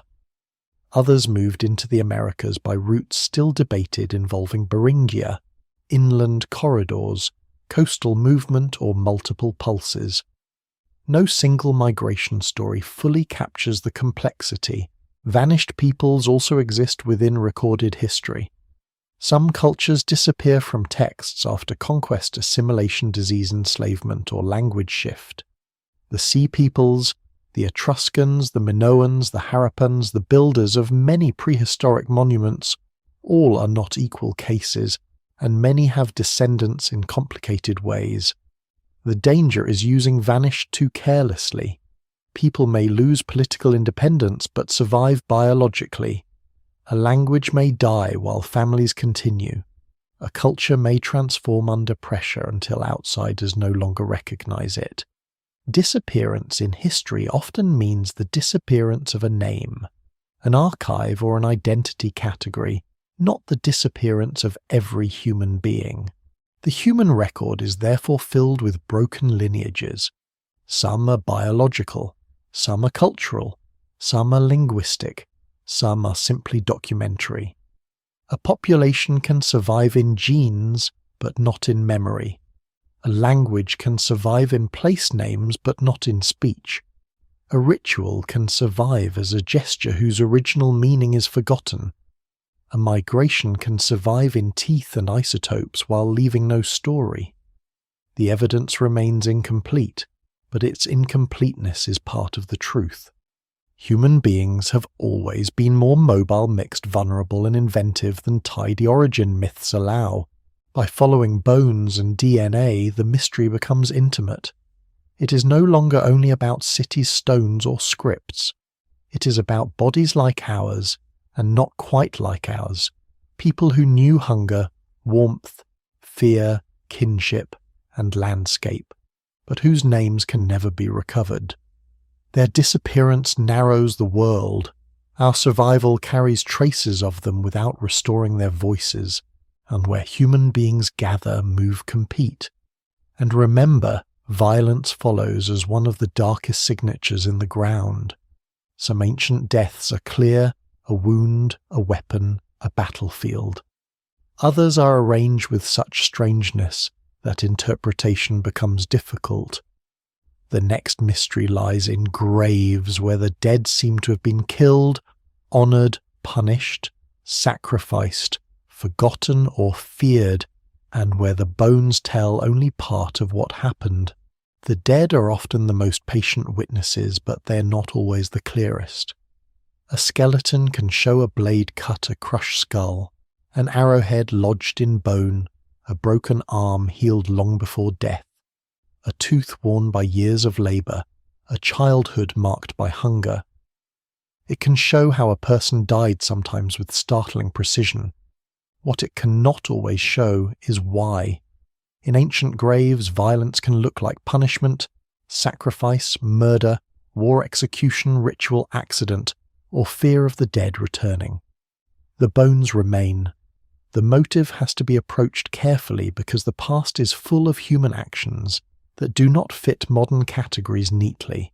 Mass graves are among the most unsettling discoveries in archaeology. At some sites, bodies lie in disorder, thrown into pits without the care usually given to the dead. At others, the arrangement is deliberate, even formal, but the injuries suggest killing. The difference matters. A hurried burial after battle or epidemic is not the same as a ritual deposit. A massacre is not the same as an execution.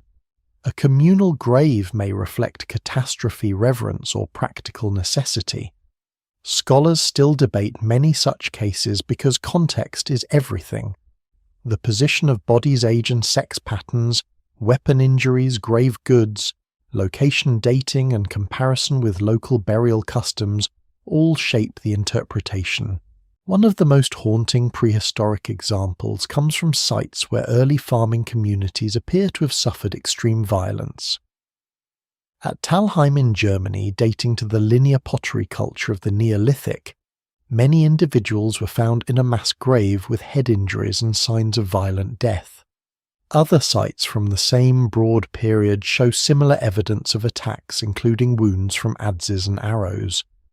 These discoveries challenge older romantic images of early farming villages as peaceful communities living in simple harmony. Farming brought food production, but it also brought land ownership, stored grain, territorial pressure, population growth, and new forms of vulnerability. No single explanation fully accounts for Neolithic violence across Europe, but the bones show that organized killing is ancient. Yet violence is not always warfare. In peat bogs across northern Europe, preserved bodies have emerged with skin-hair clothing and expressions shaped by the chemistry of the bog. Tolland man Grauballe, man Lindo man, and others have become famous because they look close enough to sleep and far enough away to disturb. Many appear to have died violently, strangulation, throat-cutting blows, or combinations of injuries. For decades they have been interpreted as sacrifices, executions, punished criminals, ritual victims, or people placed between worlds in watery landscapes that held religious significance. The evidence remains incomplete. Some bog bodies may represent different practices across different times and places. The bog preserves the body beautifully, but not the belief that placed it there. A lesser-known detail is that many bog bodies were not buried in ordinary cemeteries. They were deposited in wetlands, margins, and liminal places. Wetlands in ancient Europe may have been seen as thresholds neither land nor water, neither fully human space nor wild space. Offerings of weapons, tools, ornaments, and even animals in bogs and lakes suggest that watery places held ritual importance. If some human bodies were offerings, they belonged to a wider landscape of deposition. But the identity of the victims remains uncertain. Were they outsiders, criminals, sacred figures, captives, volunteers, or selected members of their own communities? The answer may not have been the same in every case. Battlefield archaeology brings a different kind of evidence. At Tollands Valley in northern Germany, remains dating to the Bronze Age suggest a large violent encounter, involving many individuals, some with weapon injuries. The scale surprised scholars because it pointed to organized conflict in northern Europe earlier and larger than once assumed for that region. Weapons, bones, and personal items found along the river valley suggest movement, fighting, and death across a landscape rather than a neat battlefield in the later historical sense. Still, the details remain debated. Who were these people? Was this a battle between local groups, a raid, a convoy attacked, or part of a wider conflict? The dead reveal the violence, but not the banner under which anyone fought. In the ancient Near East Egypt, China, Mesoamerica, and the Andes, depictions and texts sometimes speak more openly of violence, captive sacrifice, and punishment. Yet written sources can distort as much as they reveal.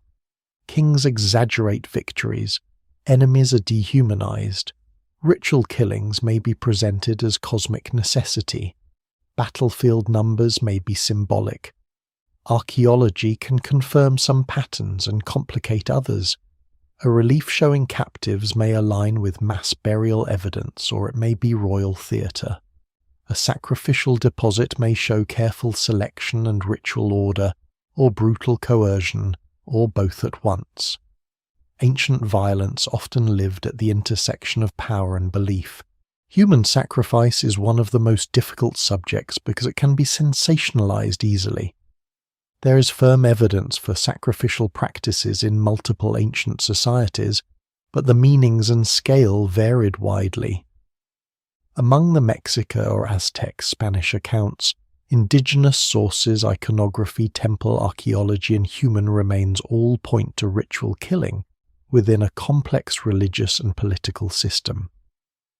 But colonial sources carried their own agendas, and modern interpretation must separate evidence from exaggeration and moral theatre. In ancient China, Shang royal tombs include sacrificed humans and animals, revealing a world where death, kingship, ancestors, and power were tightly bound.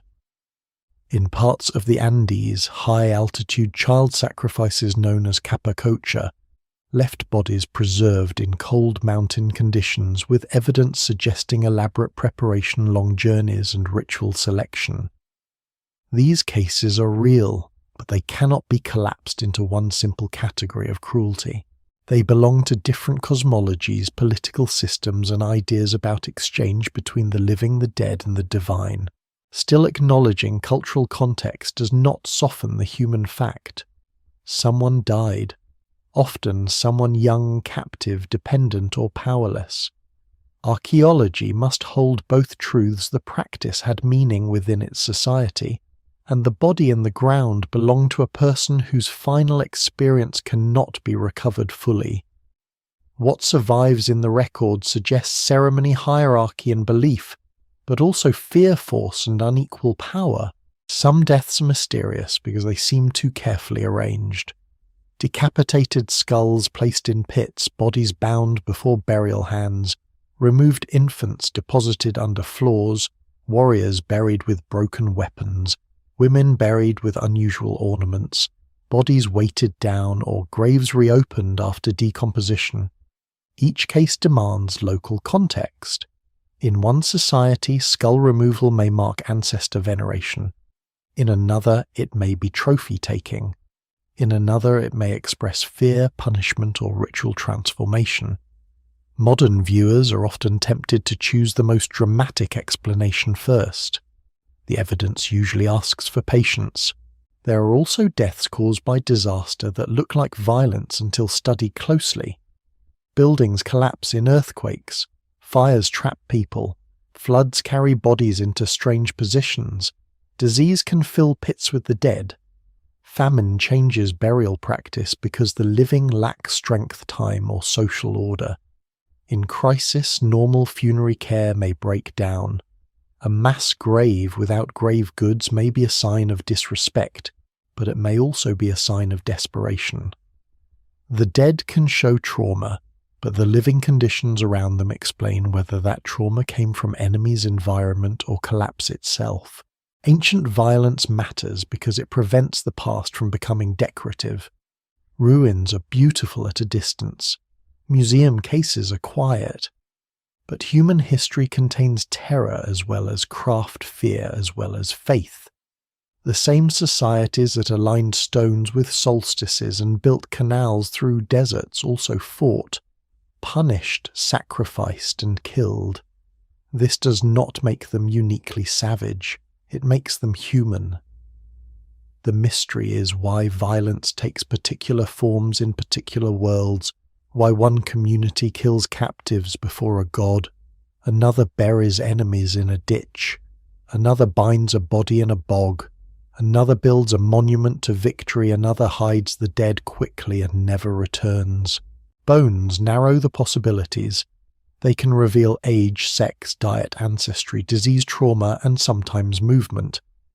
Isotopes can show whether a person grew up locally or far away. DNA can reveal kinship within a grave. Microscopic analysis can distinguish injuries before death from breaks after burial.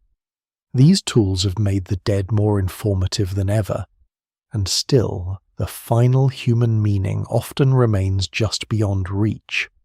A cut mark can be measured, a last thought cannot. The trail of strange deaths leads naturally into disasters written not only on bodies but in the earth itself. Sometimes violence comes from human hands, sometimes it comes from mountains, exploding seas, rising rivers, bursting ground, shaking, or stones falling from the sky. Ancient people experienced these events as terror, omen, punishment, or the breaking of order. Modern science can identify ash layers, tsunami deposits, impact scars, and fault lines, but the connection between natural catastrophe and human memory remains one of the most difficult mysteries of all. The Earth keeps records in ways no king can edit. A palace inscription may exaggerate victory. A chronicle may blame enemies' gods or moral failure. A legend may polish fear into symbol. But ash in a lake bed, a layer of marine sand far inland, a sudden break in tree growth, a crushed city wall along a fault line, or sulphur trapped in ice does not flatter anyone. Natural disasters leave signatures beneath human memory, and sometimes those signatures reveal that ancient history was shaped by forces too large for any ruler to command. Volcanoes are among the clearest examples. When a volcano erupts with enough violence, it can bury towns, darken skies, disrupt harvests, alter trade, and enter memory as fire from the earth or judgment from the heavens. The eruption of Thera on the island of Santorini during the Bronze Age is one of the most debated disasters in ancient Mediterranean history. It was enormous, sending ash into the atmosphere and devastating the island settlement of Akrotiri, whose preserved buildings, frescoes, storage jars, and streets reveal a sophisticated Aegean world abruptly interrupted. The eruption likely affected surrounding regions through ashfall, tsunamis, and economic disruption, but scholars still debate its exact date and its relationship to the decline of Minoan power on Crete. The event was real and catastrophic. The historical consequences remain harder to measure. This distinction matters. A disaster can be dramatic without being the single cause of collapse. The Thera eruption did not simply erase the Minoan world in one clean moment. Crete continued afterward, though changed, and later Mycenaean influence grew. Earthquakes, political shifts, trade changes, and internal transformations all played roles. The eruption becomes most interesting not as a mythical instant of destruction, but as one shock in a wider system. It may have damaged ports, fleets, fields, and confidence. It may have intensified existing vulnerabilities. No single explanation fully accounts for the transition, and the ash cloud alone cannot carry the whole story. Other eruptions left even wider traces. Around 536 CE written sources from parts of the world describe dimmed sunlight, cold conditions, failed crops, and hardship. Ice cores and tree rings point to major volcanic eruptions in this period, followed by climatic disruption. The exact sources and regional effects continue to be studied, but the mid-6th century appears to have been a time of severe environmental stress across parts of the Northern Hemisphere. This did not cause every political change that followed, but it may have worsened famine, disease, vulnerability, migration pressure, and social instability. Natural catastrophe rarely acts alone. It enters human systems already shaped by inequality, war governance, trade, and belief. Tsunamis leave stranger records because they arrive from the sea and then retreat carrying evidence with them. A coastal settlement may be destroyed, but rebuilding, erosion, and later occupation can obscure the event.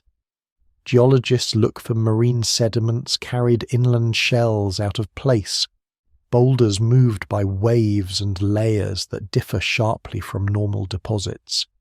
In the eastern Mediterranean, Indian Ocean, Pacific and Atlantic worlds, tsunami evidence has complicated the history of ancient coasts. The challenge is connecting a physical deposit to a specific human memory or historical event. A layer of sand may show that a wave came. It does not automatically reveal who survived what story they told, or whether later generations remembered the event as flood divine anger, or simply the day the sea crossed the fields. Earthquakes are even more difficult.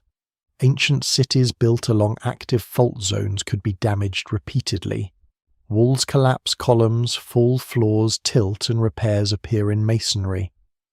But war, neglect, poor construction, and later quarrying can produce similar ruin patterns. Archaeoseismology tries to distinguish earthquake damage from other causes, yet the evidence often remains debated. In the eastern Mediterranean Anatolia, the Levant and the Andes seismic activity has shaped settlement and architecture for millennia. Some cities rebuilt stronger, others shifted location. Some disaster memories may hide inside myths of shaking earth, angry gods, or destroyed cities, but those connections must be made carefully. A myth is not a seismograph, though it may preserve an echo.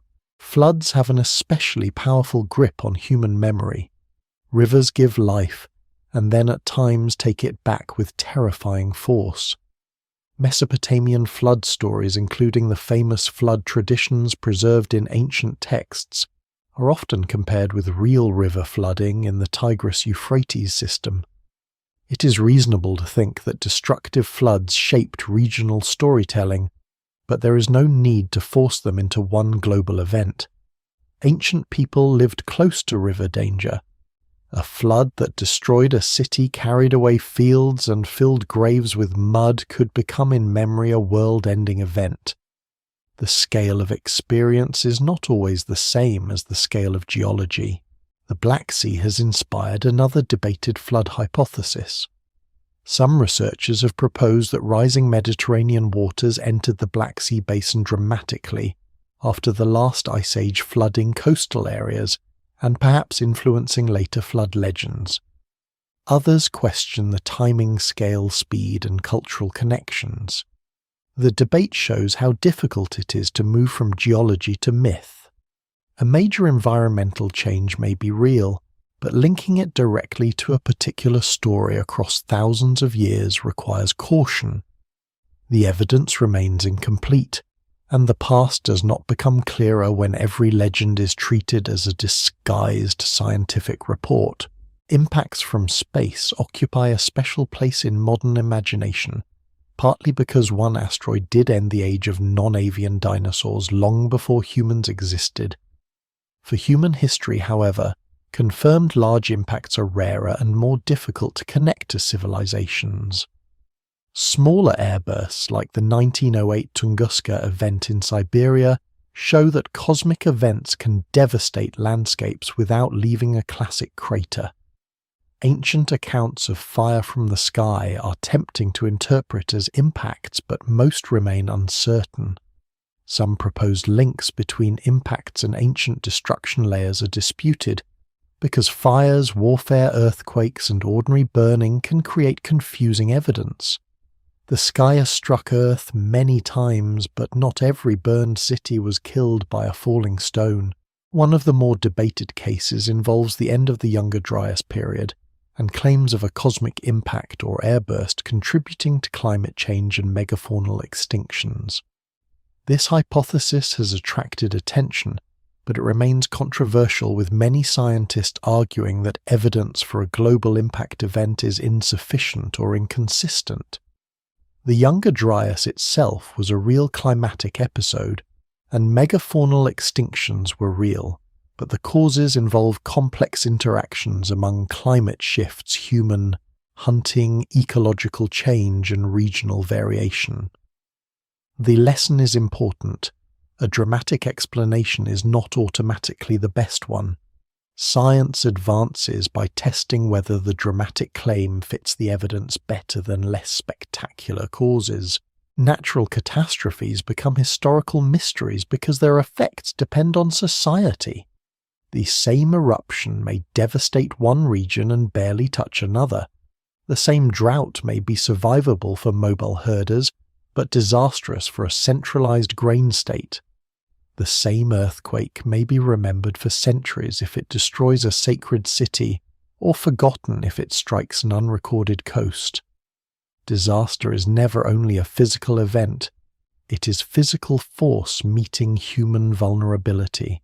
Ancient people often interpreted disasters through religion and omen. This does not mean they were foolish. It means they lived in worlds where nature gods' ancestors' kingship and morality were interwoven. A failed harvest might signal divine anger. An eclipse might warn of royal danger.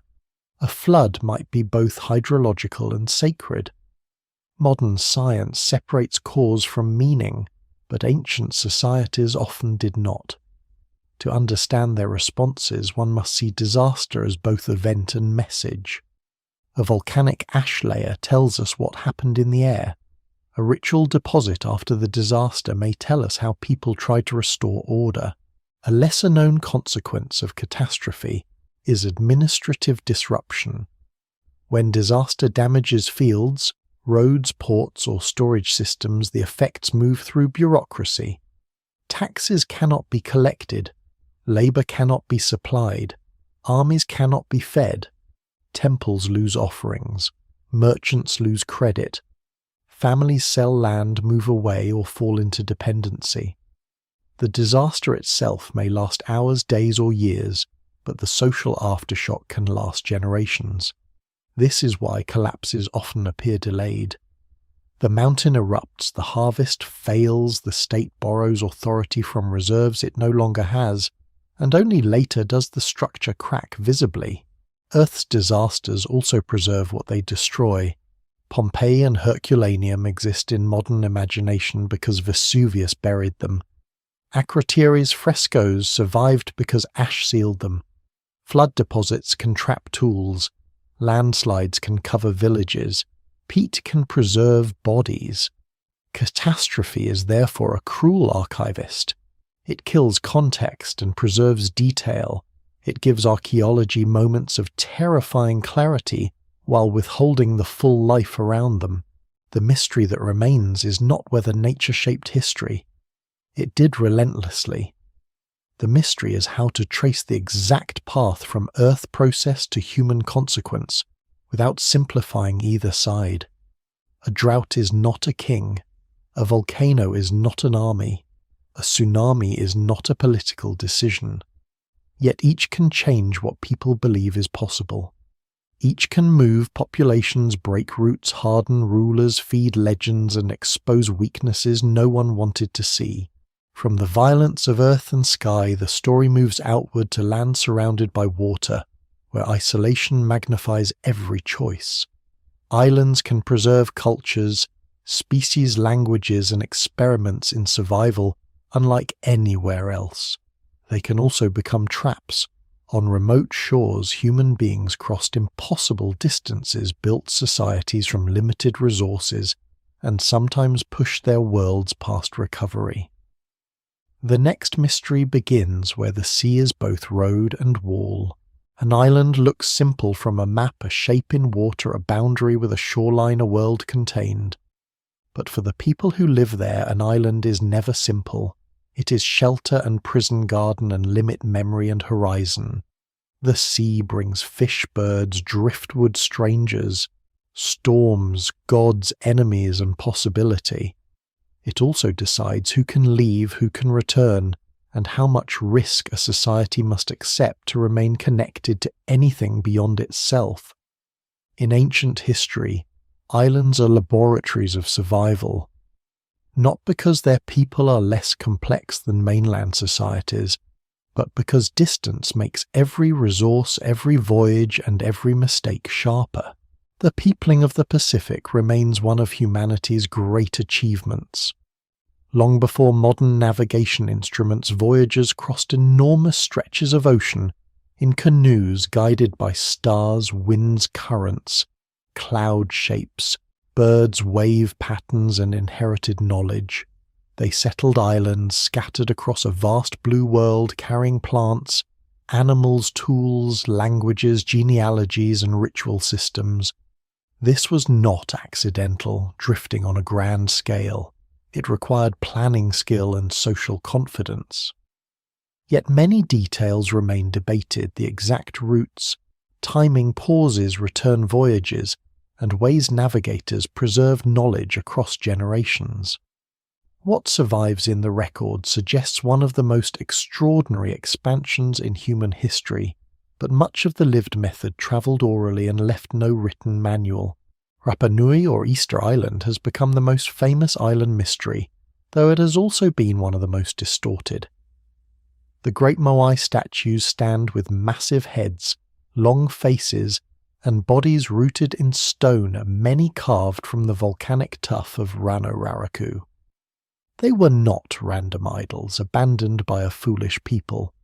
They belong to ancestor veneration, social identity, authority, and landscape. Their movement from quarry to platforms required organization and technical skill. Experiments suggest the statues may have been walked upright with ropes, though details remain debated. The more important mystery is not whether the islanders were capable. They were. The deeper question is how their society changed under ecological pressure, isolation, conflict, European contact disease, slave raids, and later colonial disruption. The older story of Rapa Nui often presented it as a simple warning about self-destruction. People cut down every tree, society collapsed, and statues fell as symbols of ecological madness. The real evidence is more complicated.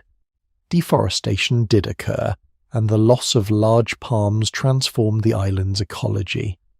Rats introduced by humans may have affected palm regeneration by eating seeds. Agricultural adaptation, rock gardens, changing social structures, and conflict all played roles. Later European contact brought devastating new pressures that older collapse narratives sometimes underplayed. Scholars still debate the balance of causes, and no single explanation fully accounts for the island's history. Rapa Nui is not a cartoon of failure. It is a story of resilience under narrowing options. Other islands show different forms of isolation. In the Mediterranean, Crete became a centre of Bronze Age palace culture, maritime exchange, ritual imagery, and administrative complexity. Its island position connected it to trade while also shaping its identity. Cyprus, rich in copper, became essential to Bronze Age economies. Sardinia developed nuragic towers whose full social meaning remains debated. Malta's temple culture built massive structures on limited land, then transformed or declined under pressures that remain uncertain. Islands are often imagined as cut off, but many ancient islands were deeply connected. Their isolation was selective. They could be central to trade, while still vulnerable to resource limits and changing routes. The Norse settlements in Greenland offer a colder island mystery at the edge of the medieval world. Norse farmers established communities there around the late 10th century, raising livestock, building churches, hunting seals, and trading walrus ivory.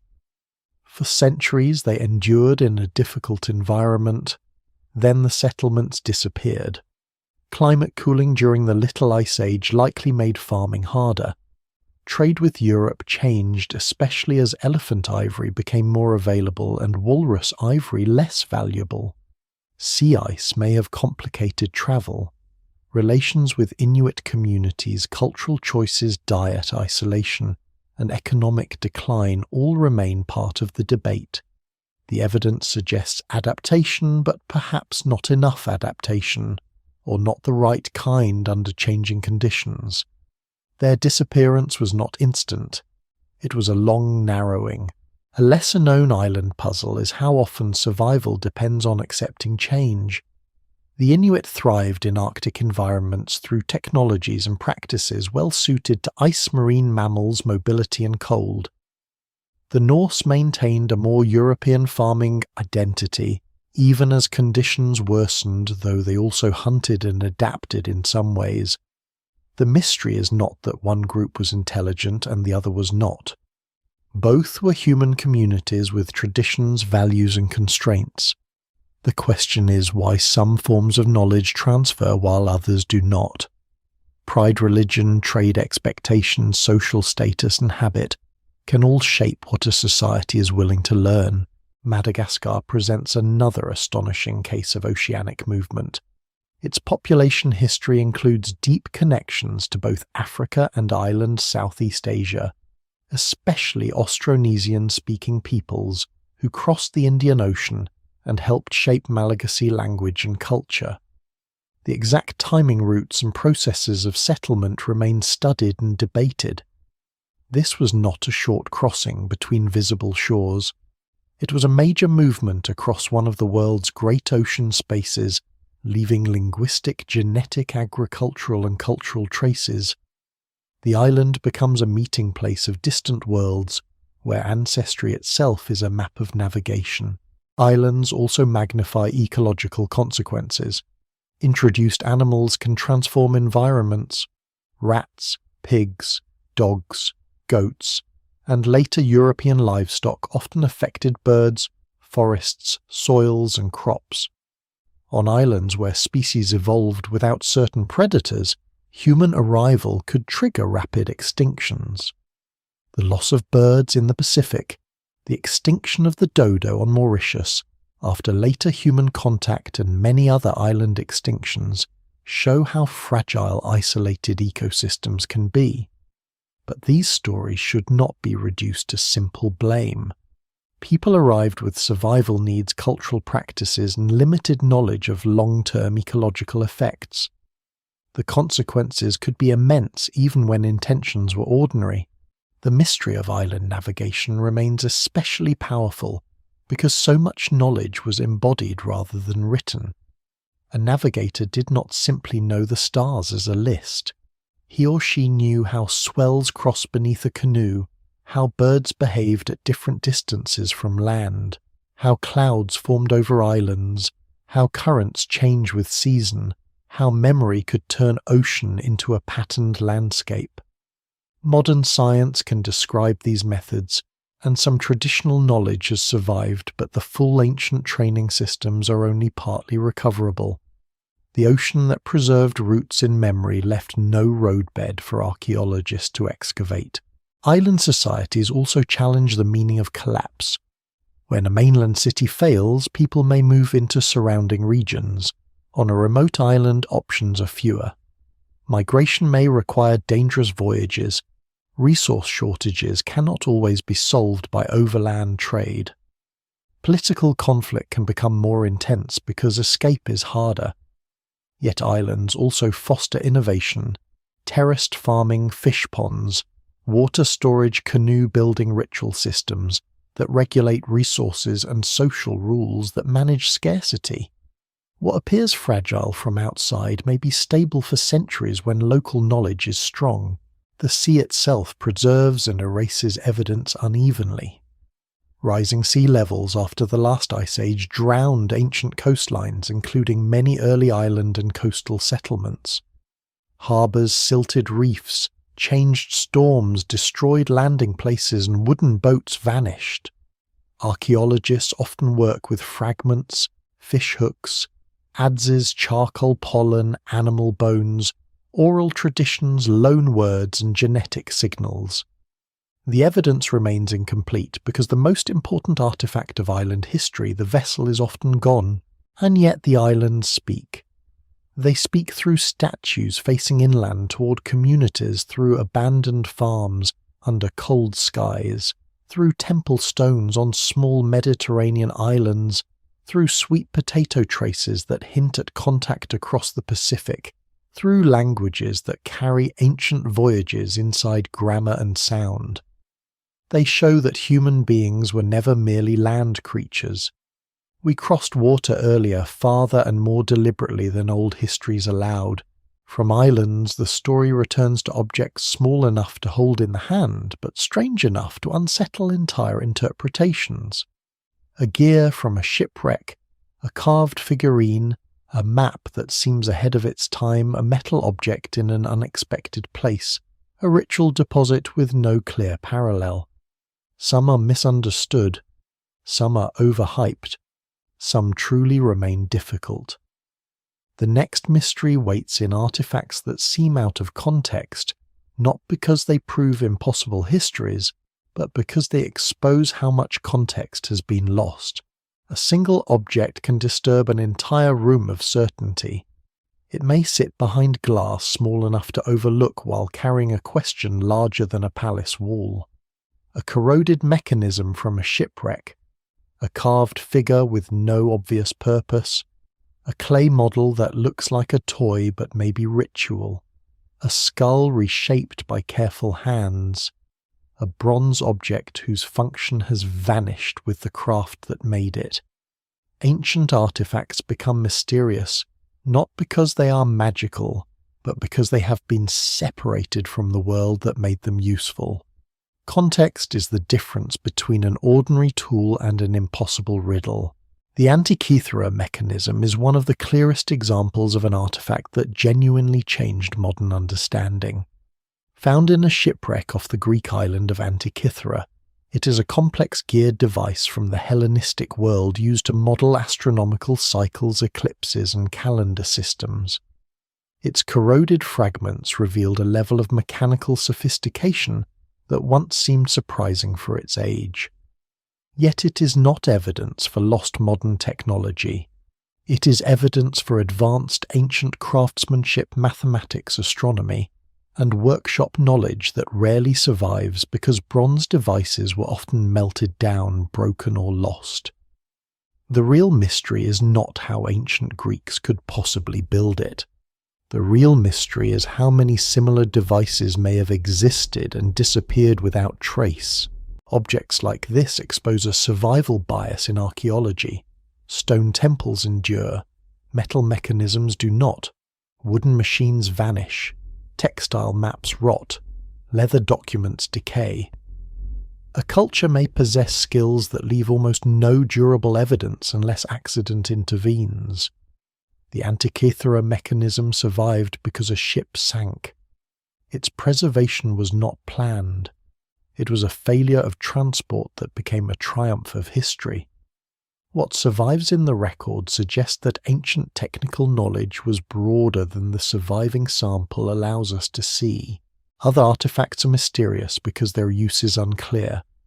The Roman dodecahedra, small bronze objects with 12 faces and circular holes, have been found across parts of the former Roman world. They have no surviving explanation in ancient texts. Proposed functions include measuring devices, candle holders, gaming pieces, religious objects, knitting tools, rangefinders, or status items, but none has achieved universal acceptance. Their mystery is not cosmic, it is practical. They were probably meaningful or useful to someone perhaps in a regional or specialized context, yet the written and visual clues needed to identify them are missing. An object can be common enough to survive in dozens of examples and still be obscure if no one described it in a way that reached us. Prehistoric figurines carry another kind of uncertainty. Small carved or modelled human forms, often female, appear across Ice Age Europe and beyond. The so-called Venus figurines have been interpreted as fertility symbols, self-representations, ritual objects, teaching tools, expressions of beauty, ancestor images, or items whose meanings shifted across groups. Some interpretations say more about modern assumptions than Paleolithic life. The evidence remains incomplete because the makers left no texts, and the figurines were produced across wide times and regions. There may not be one explanation. Similar forms can carry different meanings in different communities. The desire for a single answer may be the wrong desire. The Baghdad battery, often presented in popular media as an ancient electrical device, shows how quickly mystery can become exaggeration. The artifact consists of a ceramic jar, copper cylinder and iron rod from the region of modern Iraq, and some have suggested it could have functioned as a galvanic cell.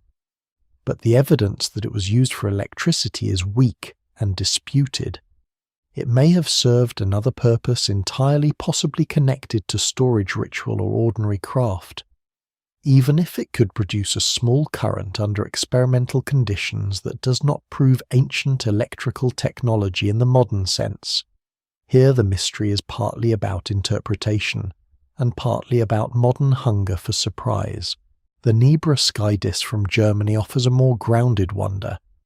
This bronze disk with gold symbols representing celestial bodies is often interpreted as one of the oldest known concrete depictions of the cosmos in Europe.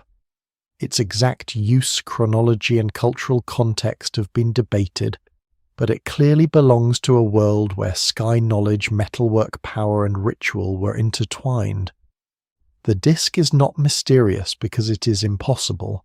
It is mysterious because it condenses a whole sky system into an object, and we can see the symbols without fully recovering the ceremony's teachings or authority surrounding them. Some artifacts appear out of context because the context was moved. Trade can carry objects far from their place of origin. A bead made in one region may appear in a grave hundreds or thousands of kilometers away. Roman coins turn up beyond Roman borders. Asian goods reach African coasts. Baltic amber travels to the Mediterranean. The presence of an object far from home does not automatically prove direct contact between two distant civilizations. It may have passed through many hands. Archaeology must distinguish between travel of objects, travel of people, and travel of ideas. These are related but not identical. This is why out-of-place artifact claims require caution. Many famous examples dissolve under scrutiny: misdated objects, modern intrusions into older layers, misunderstood natural formations, hoaxes or artifacts moved by later disturbance. A coin in a field does not rewrite world history unless its archaeological context is secure. A carved stone found without controlled excavation may be interesting but not decisive. The strongest mysteries are not the ones with the loudest claims. They are the ones where careful context still leaves a real question. There are, however, genuine surprises. The discovery of Viking presence at Lonso Meadows in Newfoundland confirmed Norse arrival in North America centuries before Columbus. It was not based on a vague artifact in isolation, but on settlement remains, ironworking evidence, construction patterns, and a coherent archaeological context. The surprise became history because the evidence held together. This is the standard that extraordinary claims must meet. The past is already astonishing enough without weakening it through fantasy. Ritual deposits also create interpretive puzzles. A cache of broken weapons in a wetland, a group of figurines buried under a floor, a foundation deposit beneath a temple, a child's shoe hidden in a wall, animal bones arranged in unusual patterns. These objects were placed deliberately, but the logic of placement may be lost. In many societies, objects were not inert things. They carried power, memory, protection, danger, or obligation. Breaking an object before depositing it may have been destruction offering transformation or closure. The object's final condition may be part of its meaning. Even ordinary artifacts can become mysterious when the chain of practice is lost.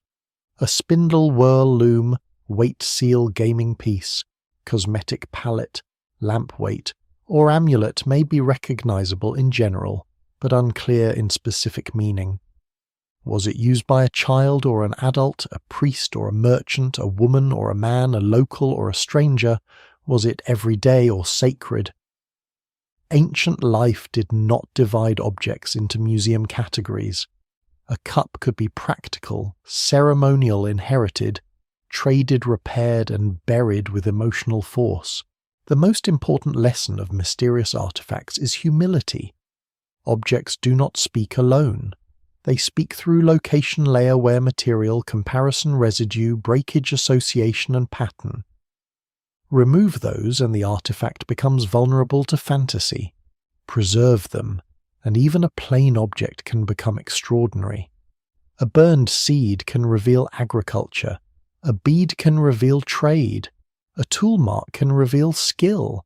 A lump of slag can reveal industry. A child's footprint in hardened mud can reveal presence more powerfully than a golden crown. The artifact out of context is therefore not merely a puzzle. It is a warning about how history is built. The past reaches us through accidents of preservation and recovery. Some objects survive because they were treasured. Others survive because they were lost, buried, broken, drowned, discarded, or forgotten. Meaning depends on the fragile web around them.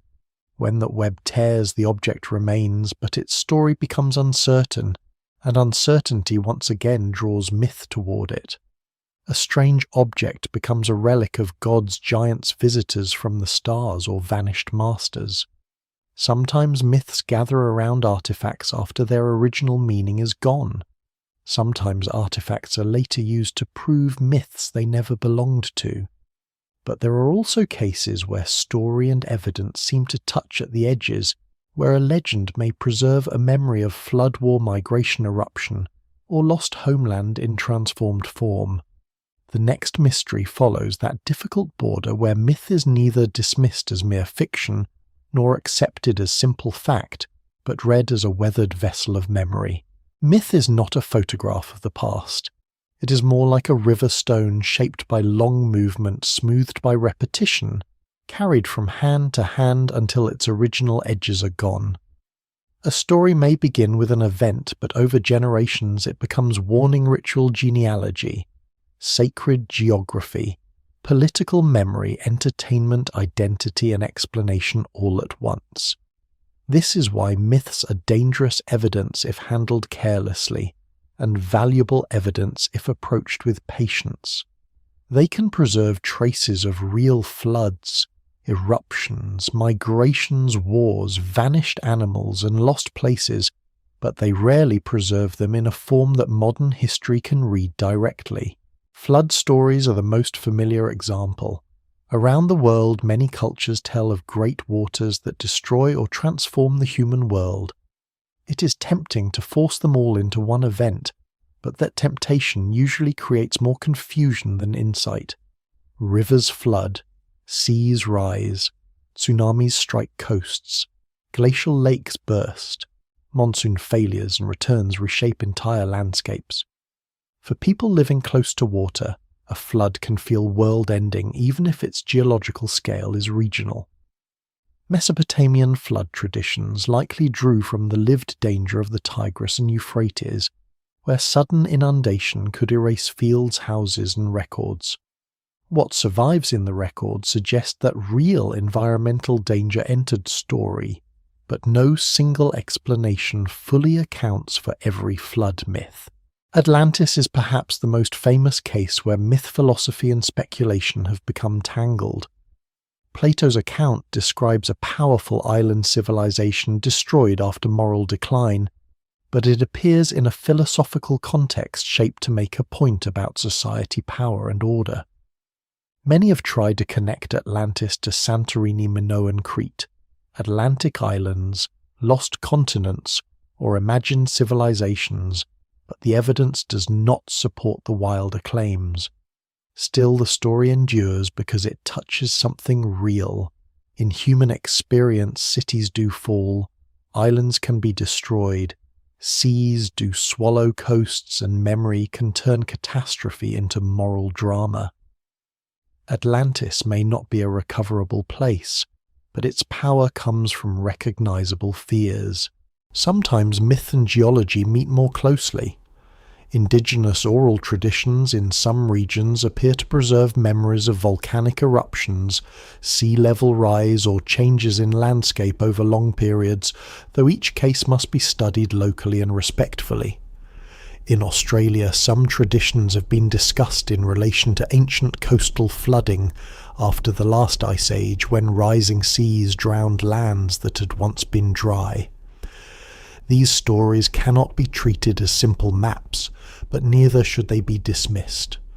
Oral cultures can preserve environmental memory with remarkable endurance when stories are embedded in place ritual and social teaching. Scholars still debate how far back specific memories can be traced, but the possibility itself expands what counts as historical evidence. The eruption of Thera may have left echoes in later Mediterranean stories, though certainty remains elusive. A volcanic island torn apart, ash-darkened skies, tsunamis, and the weakening of maritime powers all sound like material that myth could transform. But connecting one ancient disaster directly to one famous legend is risky. Stories travel, merge, and change. A real eruption may become a symbol of divine anger. A political defeat may become a tale of cosmic punishment. A destroyed city may be remembered as arrogant, cursed, or beloved. The evidence remains incomplete, and the careful path lies between two errors: believing every myth literally, and believing no myth remembers anything at all. Myths of giants offer another example. Across many cultures, stories tell of enormous beings who built walls, moved stones, or ruled before ordinary humans. It is easy to see how megalithic ruins could inspire such stories after the builders were forgotten. Later, people encountering massive stones may have assumed that no humans like themselves could have raised them. Fossil bones of extinct animals may also have contributed to giant lore, especially when large skulls, femurs, or tusks emerged from eroding ground. These stories are not evidence that giants built monuments. They are evidence of how human imagination explains inherited landscapes when original knowledge has vanished. Lost homeland traditions can carry memories of migration, conquest, or environmental change. A people may remember coming from across the sea, from a mountain, from a desert, from a sacred cave, from a place swallowed by water. These stories often mix ancestry, legitimacy, and cosmology. They may encode real movement, but they also serve present identity. A ruling dynasty may claim divine origin to justify power. A community may tell of exile to explain suffering. A migration story may compress centuries of movement into one ancestral journey. What survives in myth suggests history transformed into meaning, not a neutral itinerary. Ancient epics are especially rich and difficult. The stories around Troy were long treated by some as legend until archaeology at Hisarlik revealed that a major city existed in the region and was destroyed and rebuilt many times. This does not mean the Homeric epics are straightforward historical records. They are poems shaped by oral tradition, performance memory, and later composition. But they may preserve distant echoes of Bronze Age conflict, geography, status, and warfare. The lesson of Troy is not that every epic is literally true. It is that myth can grow around a real place until fact and imagination become inseparable without careful work. The same caution applies to ancient Indian, Chinese, Mesoamerican, African, and Near Eastern traditions.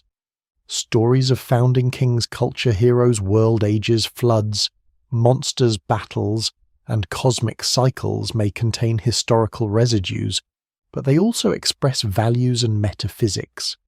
A dragon may symbolize flood empire chaos or sacred power.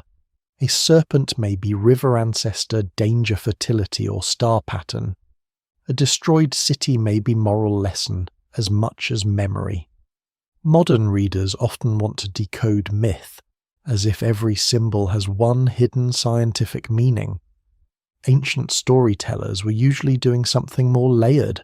One lesser-known insight from studying myth is that accuracy may survive in unexpected details while the main storyline changes. A story may exaggerate gods and heroes, but preserve the location of a dangerous reef, the memory of a volcanic mountain, the season of a flood, or the taboo against settling in a vulnerable place.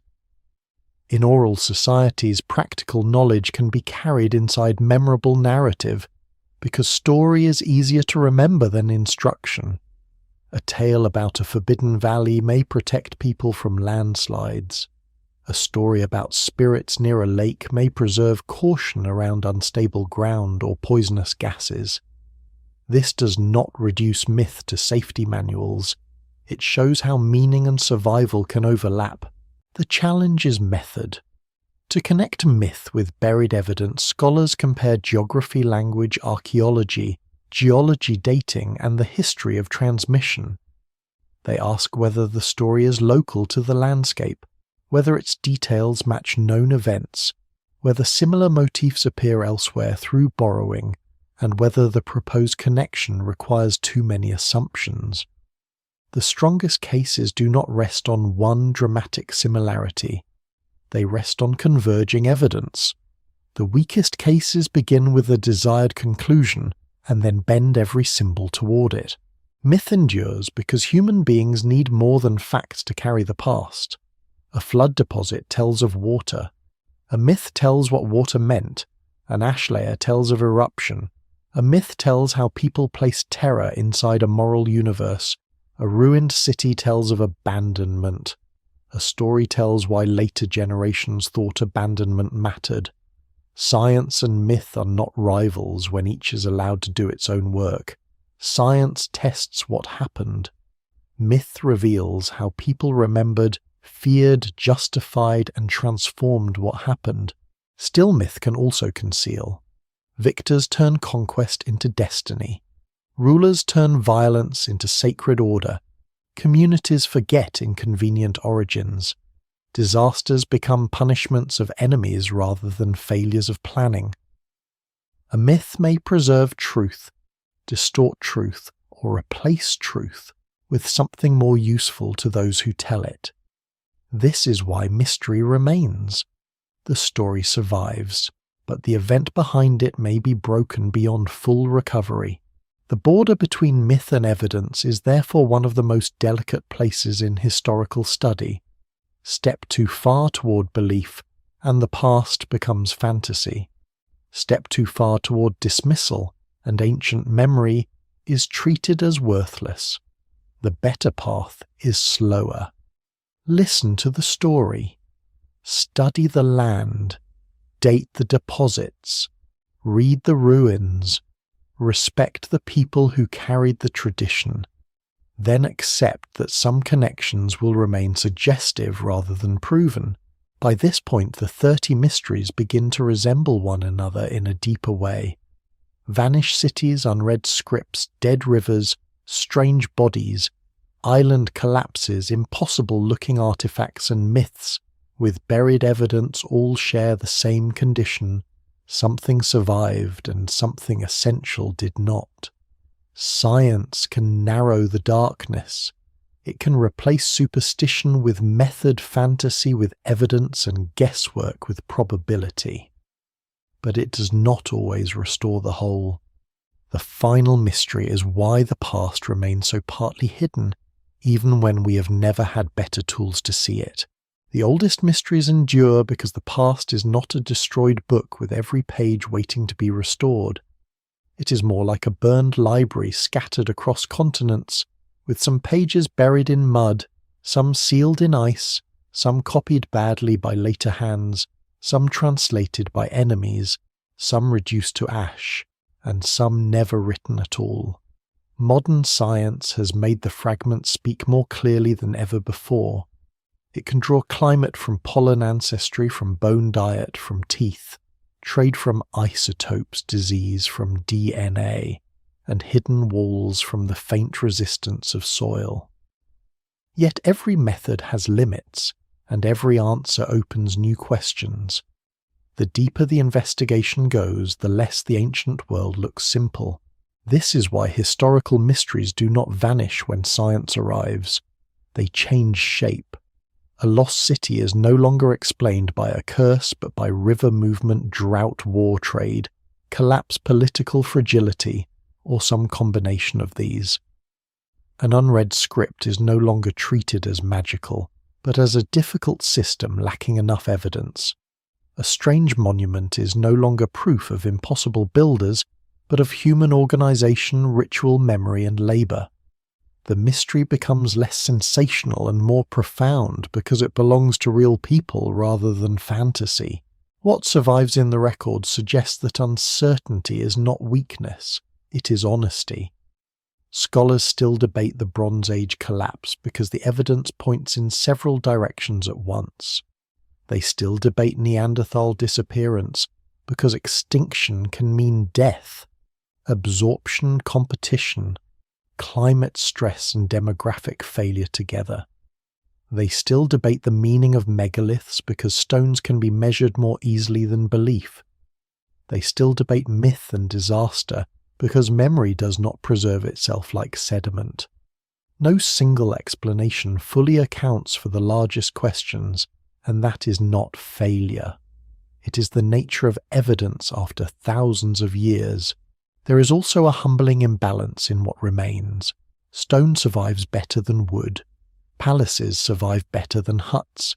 Kings survive better than farmers. Victories survive better than defeats. Written societies speak louder than oral ones. Dry caves preserve more than wet forests. A civilization can seem mysterious not because it was strange, but because the archive is unfair.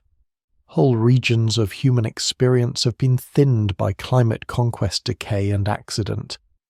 The past that reaches us is not the past as it was. It is the past that happened to survive, and still the fragments are enough to astonish. They show that ancient people crossed oceans without compasses, engineered water through deserts, tracked the sky with patience, built monuments with communal force adapted to changing climates, mourned their dead, feared disaster, told stories to carry memory, and sometimes failed under pressures too complex to master. They were not less intelligent versions of us moving through a primitive fog. They were human beings in worlds with different tools, different dangers, different beliefs, and the same basic exposure to hunger, ambition, love, fear, and time. Perhaps that is why these mysteries hold so strongly. They are not only about the ancient past, they are about the fragility of every present. Cities feel permanent until water shifts, trade fails, or trust collapses. Languages feel alive until the last fluent speaker is gone. Monuments feel eternal until their meaning breaks. Societies explain disasters through the stories available to them. People adapt brilliantly, then sometimes adapt too late. The ancient world does not offer simple lessons, but it offers warnings with the edges worn smooth by time. Science will keep narrowing the unknown. New excavations will find lost archives. Ancient DNA will reveal populations no one expected. Satellite surveys will map buried settlements beneath forests and sand. Underwater archaeology will recover drowned coastlines. AI-assisted pattern analysis may help compare undeciphered signs, though it cannot create missing evidence from nothing. Some mysteries now famous may become ordinary history, others will deepen. New discoveries often do that. They solve one question and expose 5 more. The enduring mystery, then, is not that science cannot explain anything. It can explain a great deal. The mystery is that human history is too vast, too damaged, too layered, and too alive in its own time to be fully recovered afterward. We see the foundations, not every room. We hear the official inscription, not every voice in the market. We find the body, not the final thought. We date the ash, not every fear beneath the darkened sky. So the past remains partly visible and partly hidden, like a city seen at dusk from across a plain. Its walls catch the last light. Its streets are already dark. We know it was built by hands like ours. We know it held lives as complete as our own. We know it changed, suffered, endured, and disappeared into traces. and where the traces end, mystery begins not as an enemy of knowledge, but as the shadow knowledge casts when it reaches the limit of what survives. In the end, the ancient world does not disappear because it is distant. It disappears because every life is fragile, every memory needs a carrier, and every civilization depends on conditions it cannot fully control. A river must keep flowing, a road must remain safe, a field must keep yielding, a language must be spoken by children. A ritual must still mean something to those who perform it. A city must be believed in, repaired, defended, fed, and remembered. When those threads break, the stones may remain, but the world inside them begins to fade. What is left to us is uneven and beautiful, a seal with unread signs, a stone circle under winter light, a shipwreck full of cargo from vanished ports, a desert lake bed where fish once moved, a cave bone carrying another human lineage, a drowned harbour, a burned palace, a story of flood, a body in peat, a statue facing inland across an island field. Each fragment says that someone was here. Someone measured, carved, feared, prayed, travelled, built, buried, and looked toward a future they could not protect forever. Science gives those fragments discipline. It prevents wonder from becoming fantasy. It teaches patience with uncertainty. It reminds us that the most powerful answer is not always the most dramatic one. But science also deepens wonder, because the closer we look, the more human the mysteries become. The past was never a collection of riddles arranged for us. It was home to people who did not know they would become archaeology, and so the final image is quiet. Somewhere under sand or grass or shallow water, an old threshold remains. No one crosses it now. The house behind it has no roof. The language once spoken there is gone, and the road that led to it has faded into the land. But at sunset the stone still warms for a moment.